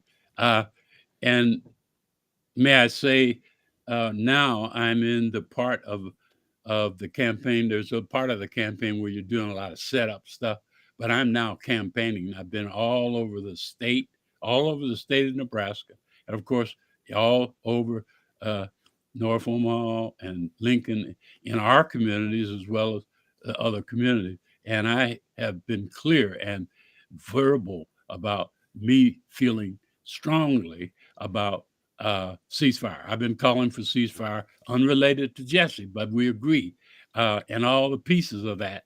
But I've gone on the record, not just responding to the question. Absolutely so. And uh, and the other part of the question is whether or not Biden has handled it well. I'm going to say that he's doing okay. I think he's trying to walk a thin line, but Mm. he surely is calling. Well, he's not calling for a ceasefire. He's using other language, but in effect, what he's really doing is trying to get Israel and Netanyahu to do a ceasefire. It's I surely I have supported Israel in many times throughout the years, but I have taken a very strong stance against Netanyahu and his approach, and I surely hope that we all have grown to the point that we are mature enough to realize the humanity that is being devastated while we talk big policy. People's lives, children, women, all of that are starving to death and all of that. The only way to break that cycle is to stop the fighting and give avenues for aid to get in there. So, Anthony, really, that was a great question, but I surely am very strongly for ceasefire, and really, quite frankly, I didn't know that Jesse had stood up on that. Uh, Mm, I don't know. I don't want to get off subject, but I don't know if people know, but Jesse Jackson had his first son, Jesse Jackson Jr., I guess it is, went to Congress uh, and had some troubles. But now his second son, Johnny Jackson, is in Congress. I don't know if people know it. Didn't know Mm, that. Yeah, okay. his name is Johnny, Okay. and he's in Congress. This is his first term. Out of Wow. what state? Out of what state? Mhm. Do you know Was what state he's representing? I'm sorry. Do you know what state he's Oh representing? no, he's right there in Chicago. He's Okay, okay. Yeah, he's right there where his brother was. In fact, it's the same seat. oh Oh, wow. okay, nice. It's That's the really same interesting. seat. Yeah, and Uh, I don't know if I think Anthony may be more of a historian than most, but do y'all remember Gus Savage, who was a congressman from Chicago? He was a house of fire. That's that same seat he had, and and then Jesse Jackson Jr. and now Johnny Jackson, the same actual seat. that's a Oh, cold name. That's a cold name right there, Gus Savage. Yeah, oh, he was a bad king. He was a bad cat, man. Yeah, he was bad. He was kind of a ladies' man, but he was. okay. Hey, before I know Buddy got some things. I can see Buddy's wheels turning. I'm gonna turn over a question to him. But before I do that, I Mhm. just wanted to bring out Anthony Rogers. Right, when you made that joke, because he loves you so much, he came back and said, I love you viscerally, sir." And then he said, the that integrity of stepping down from BVM while you're running is an example of the man you are, and we love despite our disagreements. So shout out to Anthony Rogers. Right, I appreciate the respect to the elder and everything that's going on here in the chat. You guys are awesome, Yeah, but buddy. Mhm. we can't go further because Anthony and I we've had some disagreements, but I really respect that he would go publicly and just we don't have to hug about everything, but we're Mhm. all in this together, and I'm always uncomfortable when someone that I really respect their intellect and I may be disagreeing on something. That makes me feel uncomfortable because I want us all to be kind of together, and so Right. Anthony. I surely received that so well, my friend. And I can use you in your mind in this journey, even though we might even disagree about pieces of it. Uh, but we'll talk about the journey today some more and see some of the parts and what I think some of the parts are important. And Absolutely. so, okay, thank you. So Mhm. we want to make sure that we get as much in as we can during your visit here. I know we have a limited amount of time. We could sit and talk to you for hours about everything that's going on. Next time we have you on, once you kind of break down for those of us that don't know too much about the U.S. Senate seat and what kind of power the U.S. Senate has and so on. But before we get to those questions, buddy, what's on your mind right now that you want to ask Brother Love? Well, I always make it a point when we have candidates on to actually look at the platform points to see the thing that you're, running on. We talked about voting. I'm kind of curious about agriculture. You have agriculture as one of your platform points on your website. Yeah. For those that's interested, love for Senate, love the number 4Senate.com. So definitely check them out. But this is something we were actually talking about last episode. Apparently, Senator Blood, Barrel Blood, as we like to call her around here, is pushing for a bill to get more African American farmers. We've talked to the brother Kasim, who's just the BAA just got a greenhouse on their land, so we're talking about urban farming in our community. We know North Omaha is a food desert. But again, you're running for U.S. Senate. You're representing the state, the whole state. So what is your view on agriculture and kind of why is that a platform point? Well, part of your question is part of the answer. As I'm Mm, running the United States Senate, uh, is a statewide office. Of course, mhm. every state has two senators, but each senator represents the entire state. And so, really, quite frankly, if you're going to run for the United States Senate, you have to have a statewide view and statewide opinion on the issues that affect the whole state. I want to mention this, and I'll try to get right to the essence of your question. I just finished a 1,000-mile trip throughout Nebraska, going Mm, all the way around Grand Island, uh, Kearney, all the way to Scotts Bluff, come around to Jadron, and then to Norfolk and Valentine.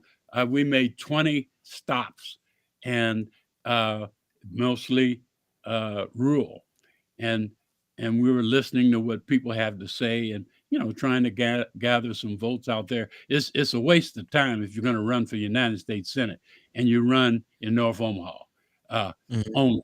Oh, yeah. And so, uh, but I surely want people to know I ain't forgotten my base just because I'm going. Mhm.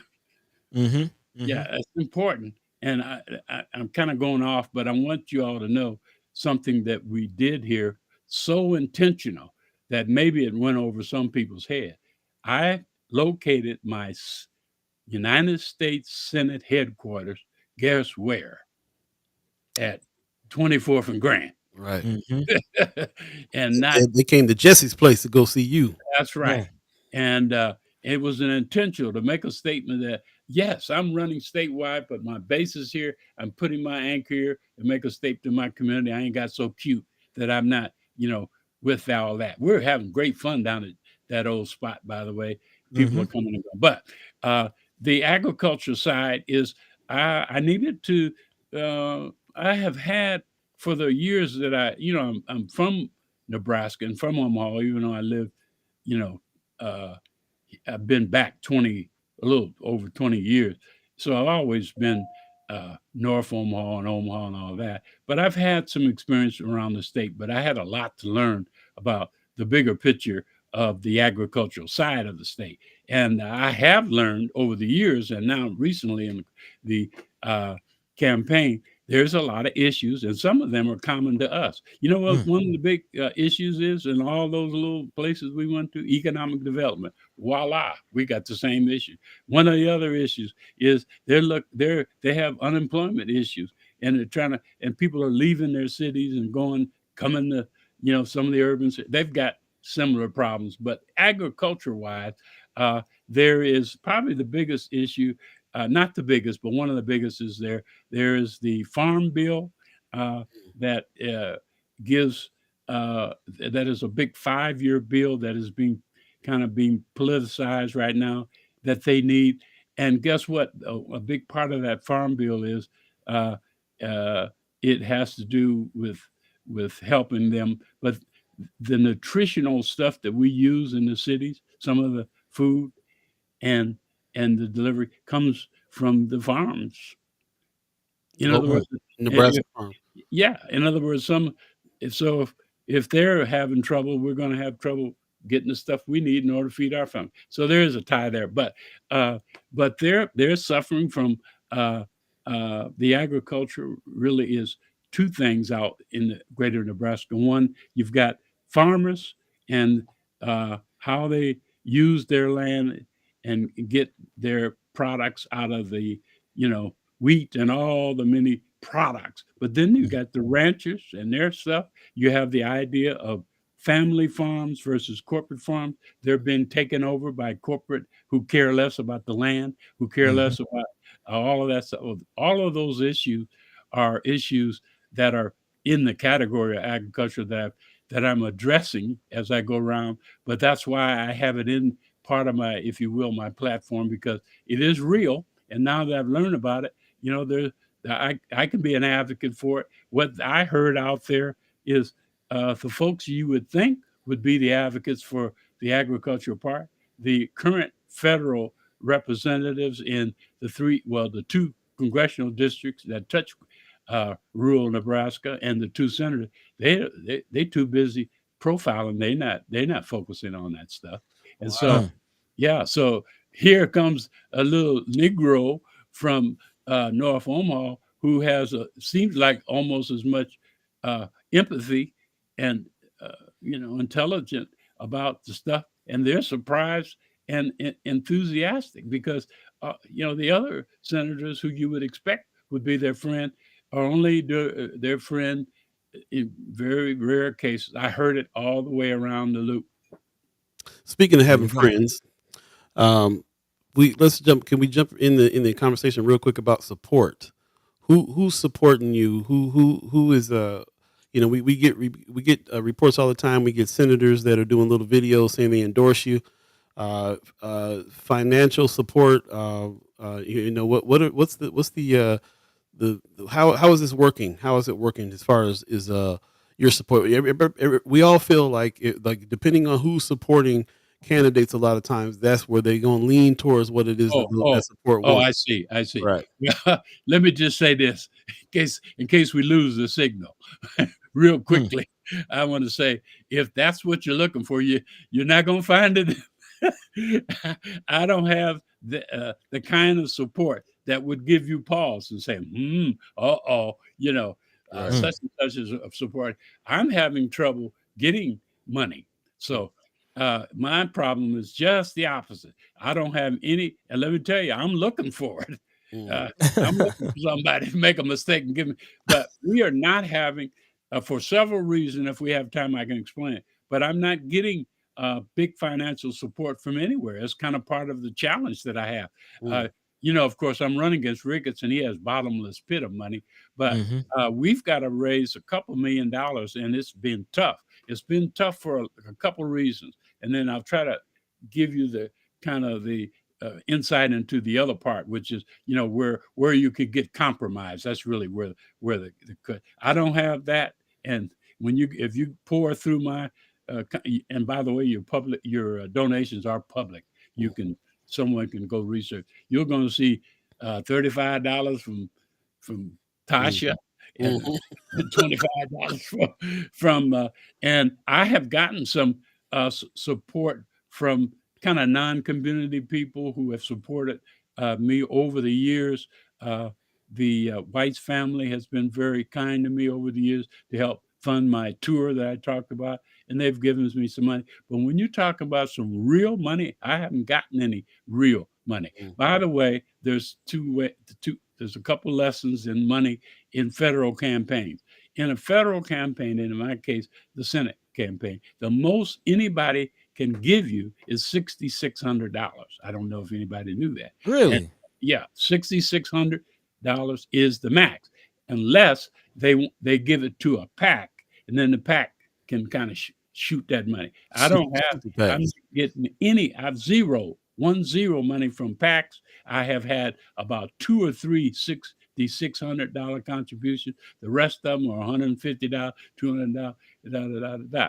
And let me Mm. I must say this because you all should know this. I'm fighting with the National Party Mhm. to Mm. give me Okay. some money, and they are not. They're not taking me serious. The National Mm. Democratic Party is not taking my candidacy serious enough for them Wow. to flow any money, and I'm fighting with them. And I say fighting, but I'm we're stressing for them to realize. And I want y'all to hear this because it hadn't come up yet. But if through Black Votes Matter, we get a higher turnout. And if because of my candidacy, Black folks come out to vote, guess who gets elected? Maybe me, Rick. but definitely Vargas. Hmm. Mm. Hmm. Okay. So that's a think So about that. that's My one of your. candidacy will elect the House member because I don't know if people know the history of the last 10 congressional races, which happen every 2 years, is that the difference of victory has been our community. We haven't come out enough. If we did come out, we would have won that seat long ago. And so part of the whole idea last year on the summit and part of the Black Votes Matter effort over there is to get our vote out so we can show our power and our leverage to do some things, but it would surely affect the congressional House district Mhm. just as much as it would help me. I hope I haven't got too far off. No, Yeah, that's No. exactly what we wanted, and there's people in the chat already asking, what support are you getting from the Democratic Party? So that's news that, yeah. Yeah, the we're actually National getting support. Democratic Party is stiffing me, if you want to put it that way. We can use different words, but Mm. I'm not getting anything. We just had the vice president's husband in town. Mhm. Y'all saw, some of you saw, Hmm. and Mr. so because Imhoff. I'm a Senate candidate, I had a chance to be there and take a picture and all of that. But I demanded that I have at least some FaceTime with him, and I got it. And I made a big point with he had an African American woman who was traveling with him, who was kind of his political and in her face, telling them that they've got to focus on the value of my candidacy to the bigger picture. And by the way, the other part of the bigger picture is the electoral vote. If we want to discuss that, we can. But Mm.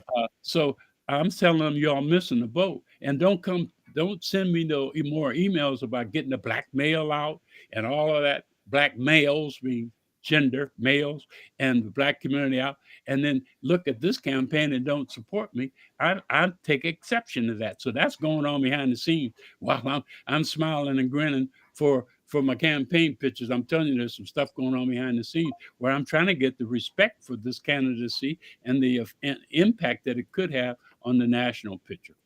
Mm. Appreciate your comment on that. This leads me Mm. to my last question that I'm gonna bring out from the chat. Mama God, because of the fact I'm thinking you're explaining the reason why you're having problems raising funds, Yeah. not any packs and so on and so forth. So this leads us to the question: do you feel strong chance to win with nominal funding compared to Ricketts? How do Uh, you think your chances are? Yeah, that's a very good question, and it really could be broken into two parts. I do think money is a biggie factor. Let me tell you why, real quick.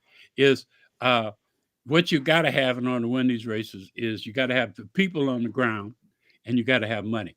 Now, Mhm. what does money really mean? What money really means is uh, television.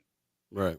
Okay. Ads. Mhm. So ads. And so if you don't have money, you can get beat up, beat down, and just people seeing your opposition all day long. If I don't get money, that's going to be a real disadvantage because let me tell you right now, I think when I announced, Ricketts saw me as somewhat of a fly on the elephant, but there's a lot of stuff going Mm. on in my campaign. We're gathering, support. And so they're going to come after me with all 4 feet. That's why when Anthony Wright mentioned his release, uh, we're okay, is what I would say, is we've got to realize that they're going to rip and run and try to down. So we got to have all of our folks, you know, in a position where we're not divided. Are you with Mhm. me? They're going Mhm. to come Yep. after me big time, and they're going to. It's most of that will come through the TV. If you don't have the money, you can't fight back right. So that's part of. We're going to have people, uh, and we're going to have be respectful. Or at least we're going to be able to put people on the ground, knocking on doors, those kind of things. We have signs in the entire of Nebraska. You'd Yeah, be surprised. been If seeing them around. Yeah, I'm talking about in Scotch Bluff.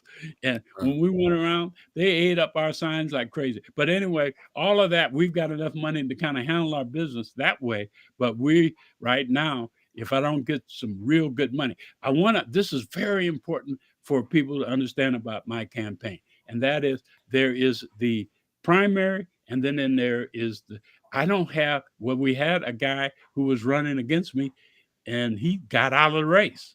And Mm. so in the primary, I win. Okay.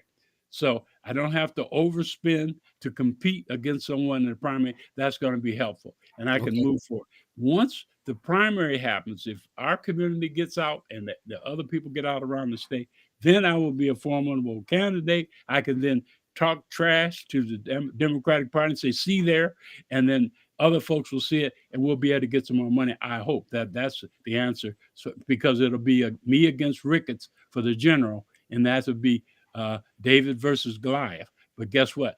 Those of you who know the Bible, you know who won. There you go. There you go. Man, really appreciate you coming on. We're gonna let you go at this point. We're coming close to the end of the show. You gave us some Mhm. really great insights, Man. and a lot of questions answered. I see Malik in the chat asking about Democratic Party. Yeah, we just established he's not getting any support, especially financial support from the Democratic Party right now. So, And I uh, want to make sure, I'm sorry to interrupt, but I'm getting some support from Nebraska Party, but the Nebraska Democratic Party, but they don't Mhm. really have that much money. The real money comes from the national. And so Mhm. the point I'm making is I'm getting zero from the national. mhm. And it's stressful because I'm not accepting that as okay. Right. I'm sorry. We'll have to have you back. I can see this is we're gonna have some more further conversation on all this. We appreciate you breaking it down. As a matter of fact, the next time you come back, I want to put it out there. Let's do a little bit of a breakdown about that seat, what it entails, what kind of power you have if you have it, and what's been done with it so far. Ricketts kind of got felt like Ricketts, the good old boy network, put Ricketts in the seat now, Mm-hmm. and you absolutely, no matter what differences we have with each other or in our ideologies, we still can agree on it would be better to have you in there than Ricketts. So, You know, as basic as that is, I surely hope the community understands that basic fact. Yeah. That, but go ahead. I'm sorry. yeah. No, I appreciate you. Appreciate you coming on and giving us the viewpoint on that. We'll definitely have you back and talk a little further on this as we go. Well, So, thank you for taking your morning with us. Really appreciate it very much. only one cup of coffee for the whole interview. So, I appreciate you, and I'm always, if something comes up, you want to get my perspective, I'm always available. Maybe I need to come from time to time and do some things on the chat. But I love you all. Appreciate it. Appreciate it too. Thank you for having me. Thank you for having me. When Yes, when sir. you ready Yes, sir. when you're ready to have a little jam session over at the Jesse's Place building in your campaign room, let us know because that's where I used to jam out at back in the day. Yeah. In fact, when we were cleaning the place up, I saw some of your stuff. All over. That's where I paid my dues when I got in town. Boy.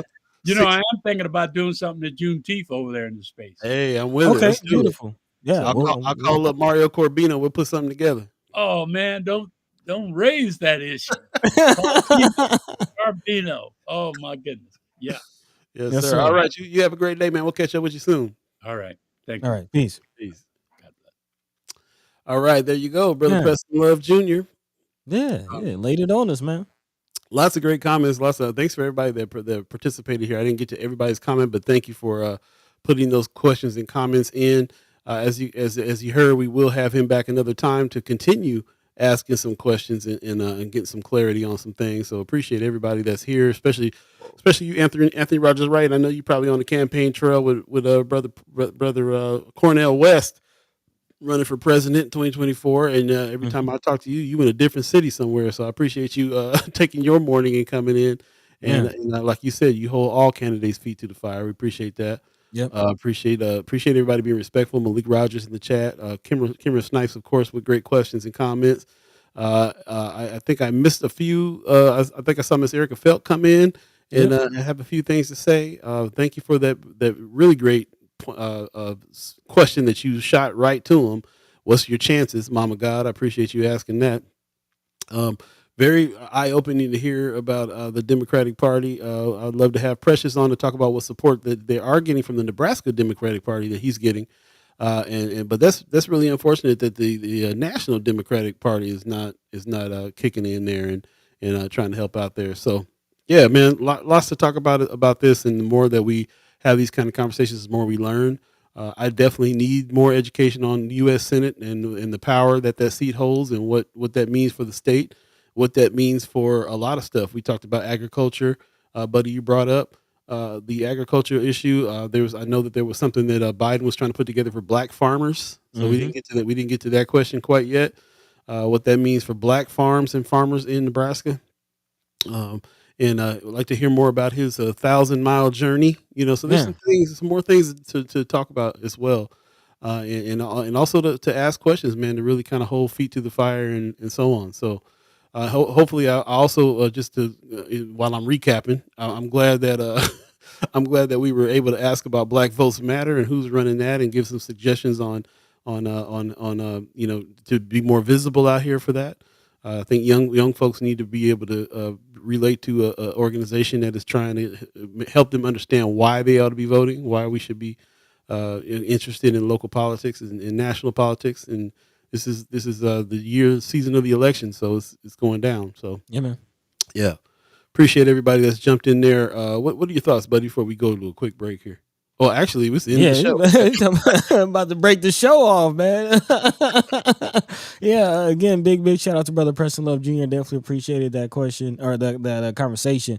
A lot of good information brought in, a lot of good questions presented. So. And I do want to acknowledge Sister Kimra's idea of us starting, our community, starting our own PAC We definitely need Yeah. our own PAC, our political action committee. There's always a talk about, us as a community, us as a people, not having a plan, not having, a vision of what we want, and a PAC can definitely help us get closer to that. So definitely a great idea. Sister Kimra, Brother Preston Love Jr., if you're still watching, maybe you can go back into the chat and, see some of those ideas, maybe answer some of the questions we didn't get to. But yeah, in the meantime, between time, let's get up out of here, man. We got a couple things. I don't know if you have any haps. Yeah. You let me know. What's the word? Only thing that I want to really stress right now, I think, is this Miss Juanita Johnson, excuse me, Councilwoman Juanita Johnson. Put some respect on her name. March 26th, she's having a town hall, 5:30 p.m. This is at the Metropolitan Community College, the place she always have her meetings at. She got some things on the agenda, so just want to remember to put that on your calendar and make sure that we go and participate in those. We're always asking for for our local politicians to involve us in these conversations. So here it is. Town hall meeting with Councilwoman Juanita Johnson. Definitely check that out, March 26th at 5:30, and we'll put that in Friends of First Sky Omaha so you can have reference and know exactly where to go with that. But as far as anything else is concerned, I think there was here's one: preschool enrollment. Save the date if you're interested in getting your kid into Mandela and you want to fill that, Nice. enroll and try to get your kid there. April 1st is when the preschool enrollment starts. So shout out to the Mandela School.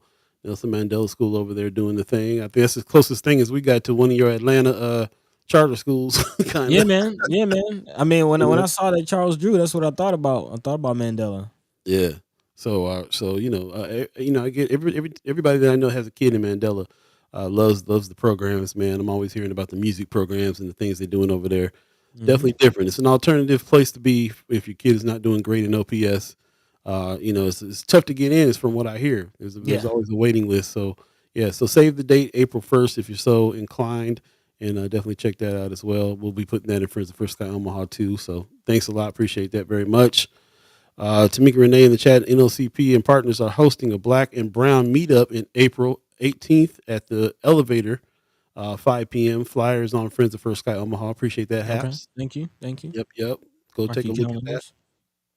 And anything else that you guys got, especially over the weekend, go ahead and put it in Friends of First Sky Omaha. That's where the conversation continues when we're not here live.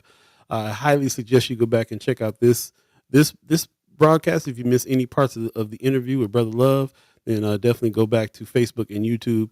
Check out the interview and look at the chats on both of those platforms as well. A lot of good information, a lot of good questions in there. So appreciate that very much. Kimber Snipes at 6 o'clock at NECC across the street from Daly's Liquor. Okay. Is that the meeting? Got it. Okay. So North Omaha Neighborhood Association meeting next week on Thursday. Yeah, please put that in the chat as well, in Friends of First Sky as well. Most definitely. Miss Erica Fell says Easter Sunday I turned 54, so all of April is my birthday. Aries gang. Okay. I'm out every Saturday and need to see you, Amy, and my favorite lawyer. That's what's up. Yeah, I appreciate that. Shout out to Miss Erica Felt, Chad Chimer, who is done a lot for us in this channel. And shout out to you with your Easter birthday coming. I guess it is Easter Sunday coming up, ain't it? Yeah, it's coming up. And shout out to the Whack crew. Yeah, shout out. And I guess this is still relevant as well. The Easter Bunny stuffed balloon gift baskets. Mama God, I guess you can go to give a call 402-212-6810 for some of these crafts right here for the kiddies. I'm thinking, and appreciate everybody who is supporting small business. We'll be talking a lot about some things that are coming up this spring and summer. There's a lot happening. I'm hearing about people that are going to be having pop-up events and stuff all over town. So we'll try to keep you informed on those things. But appreciate that. $45 now. She's got a discount going on, Mama God. Yeah. So definitely reach out. If you know Mama God from Facebook, go ahead and reach out to her, or like I said, 402-212-6810. Yep. So she got a discount on that. And Stuffed Bunny went from 55 to 45. Go on, get your deal. Yeah. What it is. Bunny baskets for the babies. We're going to go ahead and get out of here, man. Buddy, you got some words for the people? Man, again, big shout out to Brother Preston Love Jr. Thank you for taking the time out of your morning, out of your busy schedule. You got a lot of things going on. So, again, it was nice to have the opportunity to speak to him, get a little bit more information on his campaign. Please go and support. Again, check him out at Love for Senate. Senate.com. Again, that's love, the number 4, Senate.com. To support, get more information on this campaign. As always, big shout out to all of you, the chat chimers, ghost listeners, everybody tuned in. We appreciate you. We love you. We thank you. As always, a reminder, check us out on YouTube. We're cranking out YouTube shorts. Definitely lean into our content creation. Also, check us out on TikTok if you are there. And also, let us know where else you're getting your information, getting your news, so we can meet you where you are. The whole idea is, again, to spread the information. Also, we are looking for some emails. So if you would like to join our email list, we'll be cranking up our newsletters and things like that here pretty soon. So you can always email us at firstskyOmaha@gmail.com. Again, that's firstskyOmaha@gmail.com. Hit us up and let us know that you're interested in getting a part of our email list. So we can also get, valuable information out to you directly. So, might not always be on social media, but those emails come straight to you. So, again, we appreciate you. We love you. We thank you. We're growing. So if always interested in volunteering with some things with us, hit us up as well. In the meantime, between time, Paul B. Take it away. Right on. 9:05 right now. If you believe in the concept of time, we're 5 minutes over our agreed upon time. So we appreciate you guys sticking with us. Yep. Pop says, yes, this was great. Thank you for another awesome week of shows. First Sky is incredible, and we love the way you bring it. Have a great weekend and see you Monday. Appreciate you, Pops. Hey, thanks. Want to give a shout out to the Omaha tribe elders for allowing us to be on this land and speak while we're here. I want to give thanks to our elders for allowing us to speak before you. And I want to give thanks to our chat chimers for allowing us to speak with you. Thanks for all of your great comments and questions and your respectful nature as we hold everybody's feet to the fire and have real talk, real-time conversations with folks. We have the best chat in the world. A lot of times people use the chat to just spew a bunch of ridiculousness. You guys are thoughtful and respectful, and you use the chat as if we're speaking to people directly. So we really appreciate you following our style on that. And we're going to keep it going so we can have open, honest conversations without people feeling like they can't come and have a disagreement. So we can always disagree as long as we respectfully disagree. And that's what we believe here. And we appreciate you guys following our lead on that. Real talk, real time. Really appreciate it. With that said, you guys have a good weekend. It's supposed to be a little cool out, so just keep that in mind. We might even get a little snow. I know I ain't supposed to be cussing on this show, but I did say the S word. We're going to have a little snow on Saturday probably, so try to stay warm and keep your head up, keep your spirits alive, your spirits high, and we will see you on Monday, and where we will be speaking to Brother Senators Terrell McKinney and Justin Wayne. And we will also be speaking to Brother Kasim, the BAA, and Brother Sherman Wells of Untamed. So it'll be another Men's Monday coming up. So stay tuned and get ready for questions and comments there. In the meantime, between time, take care of yourselves. Peace. Peace. By the way, Vanglorious. This is protected by the red, the black, and the green. At the crossroad,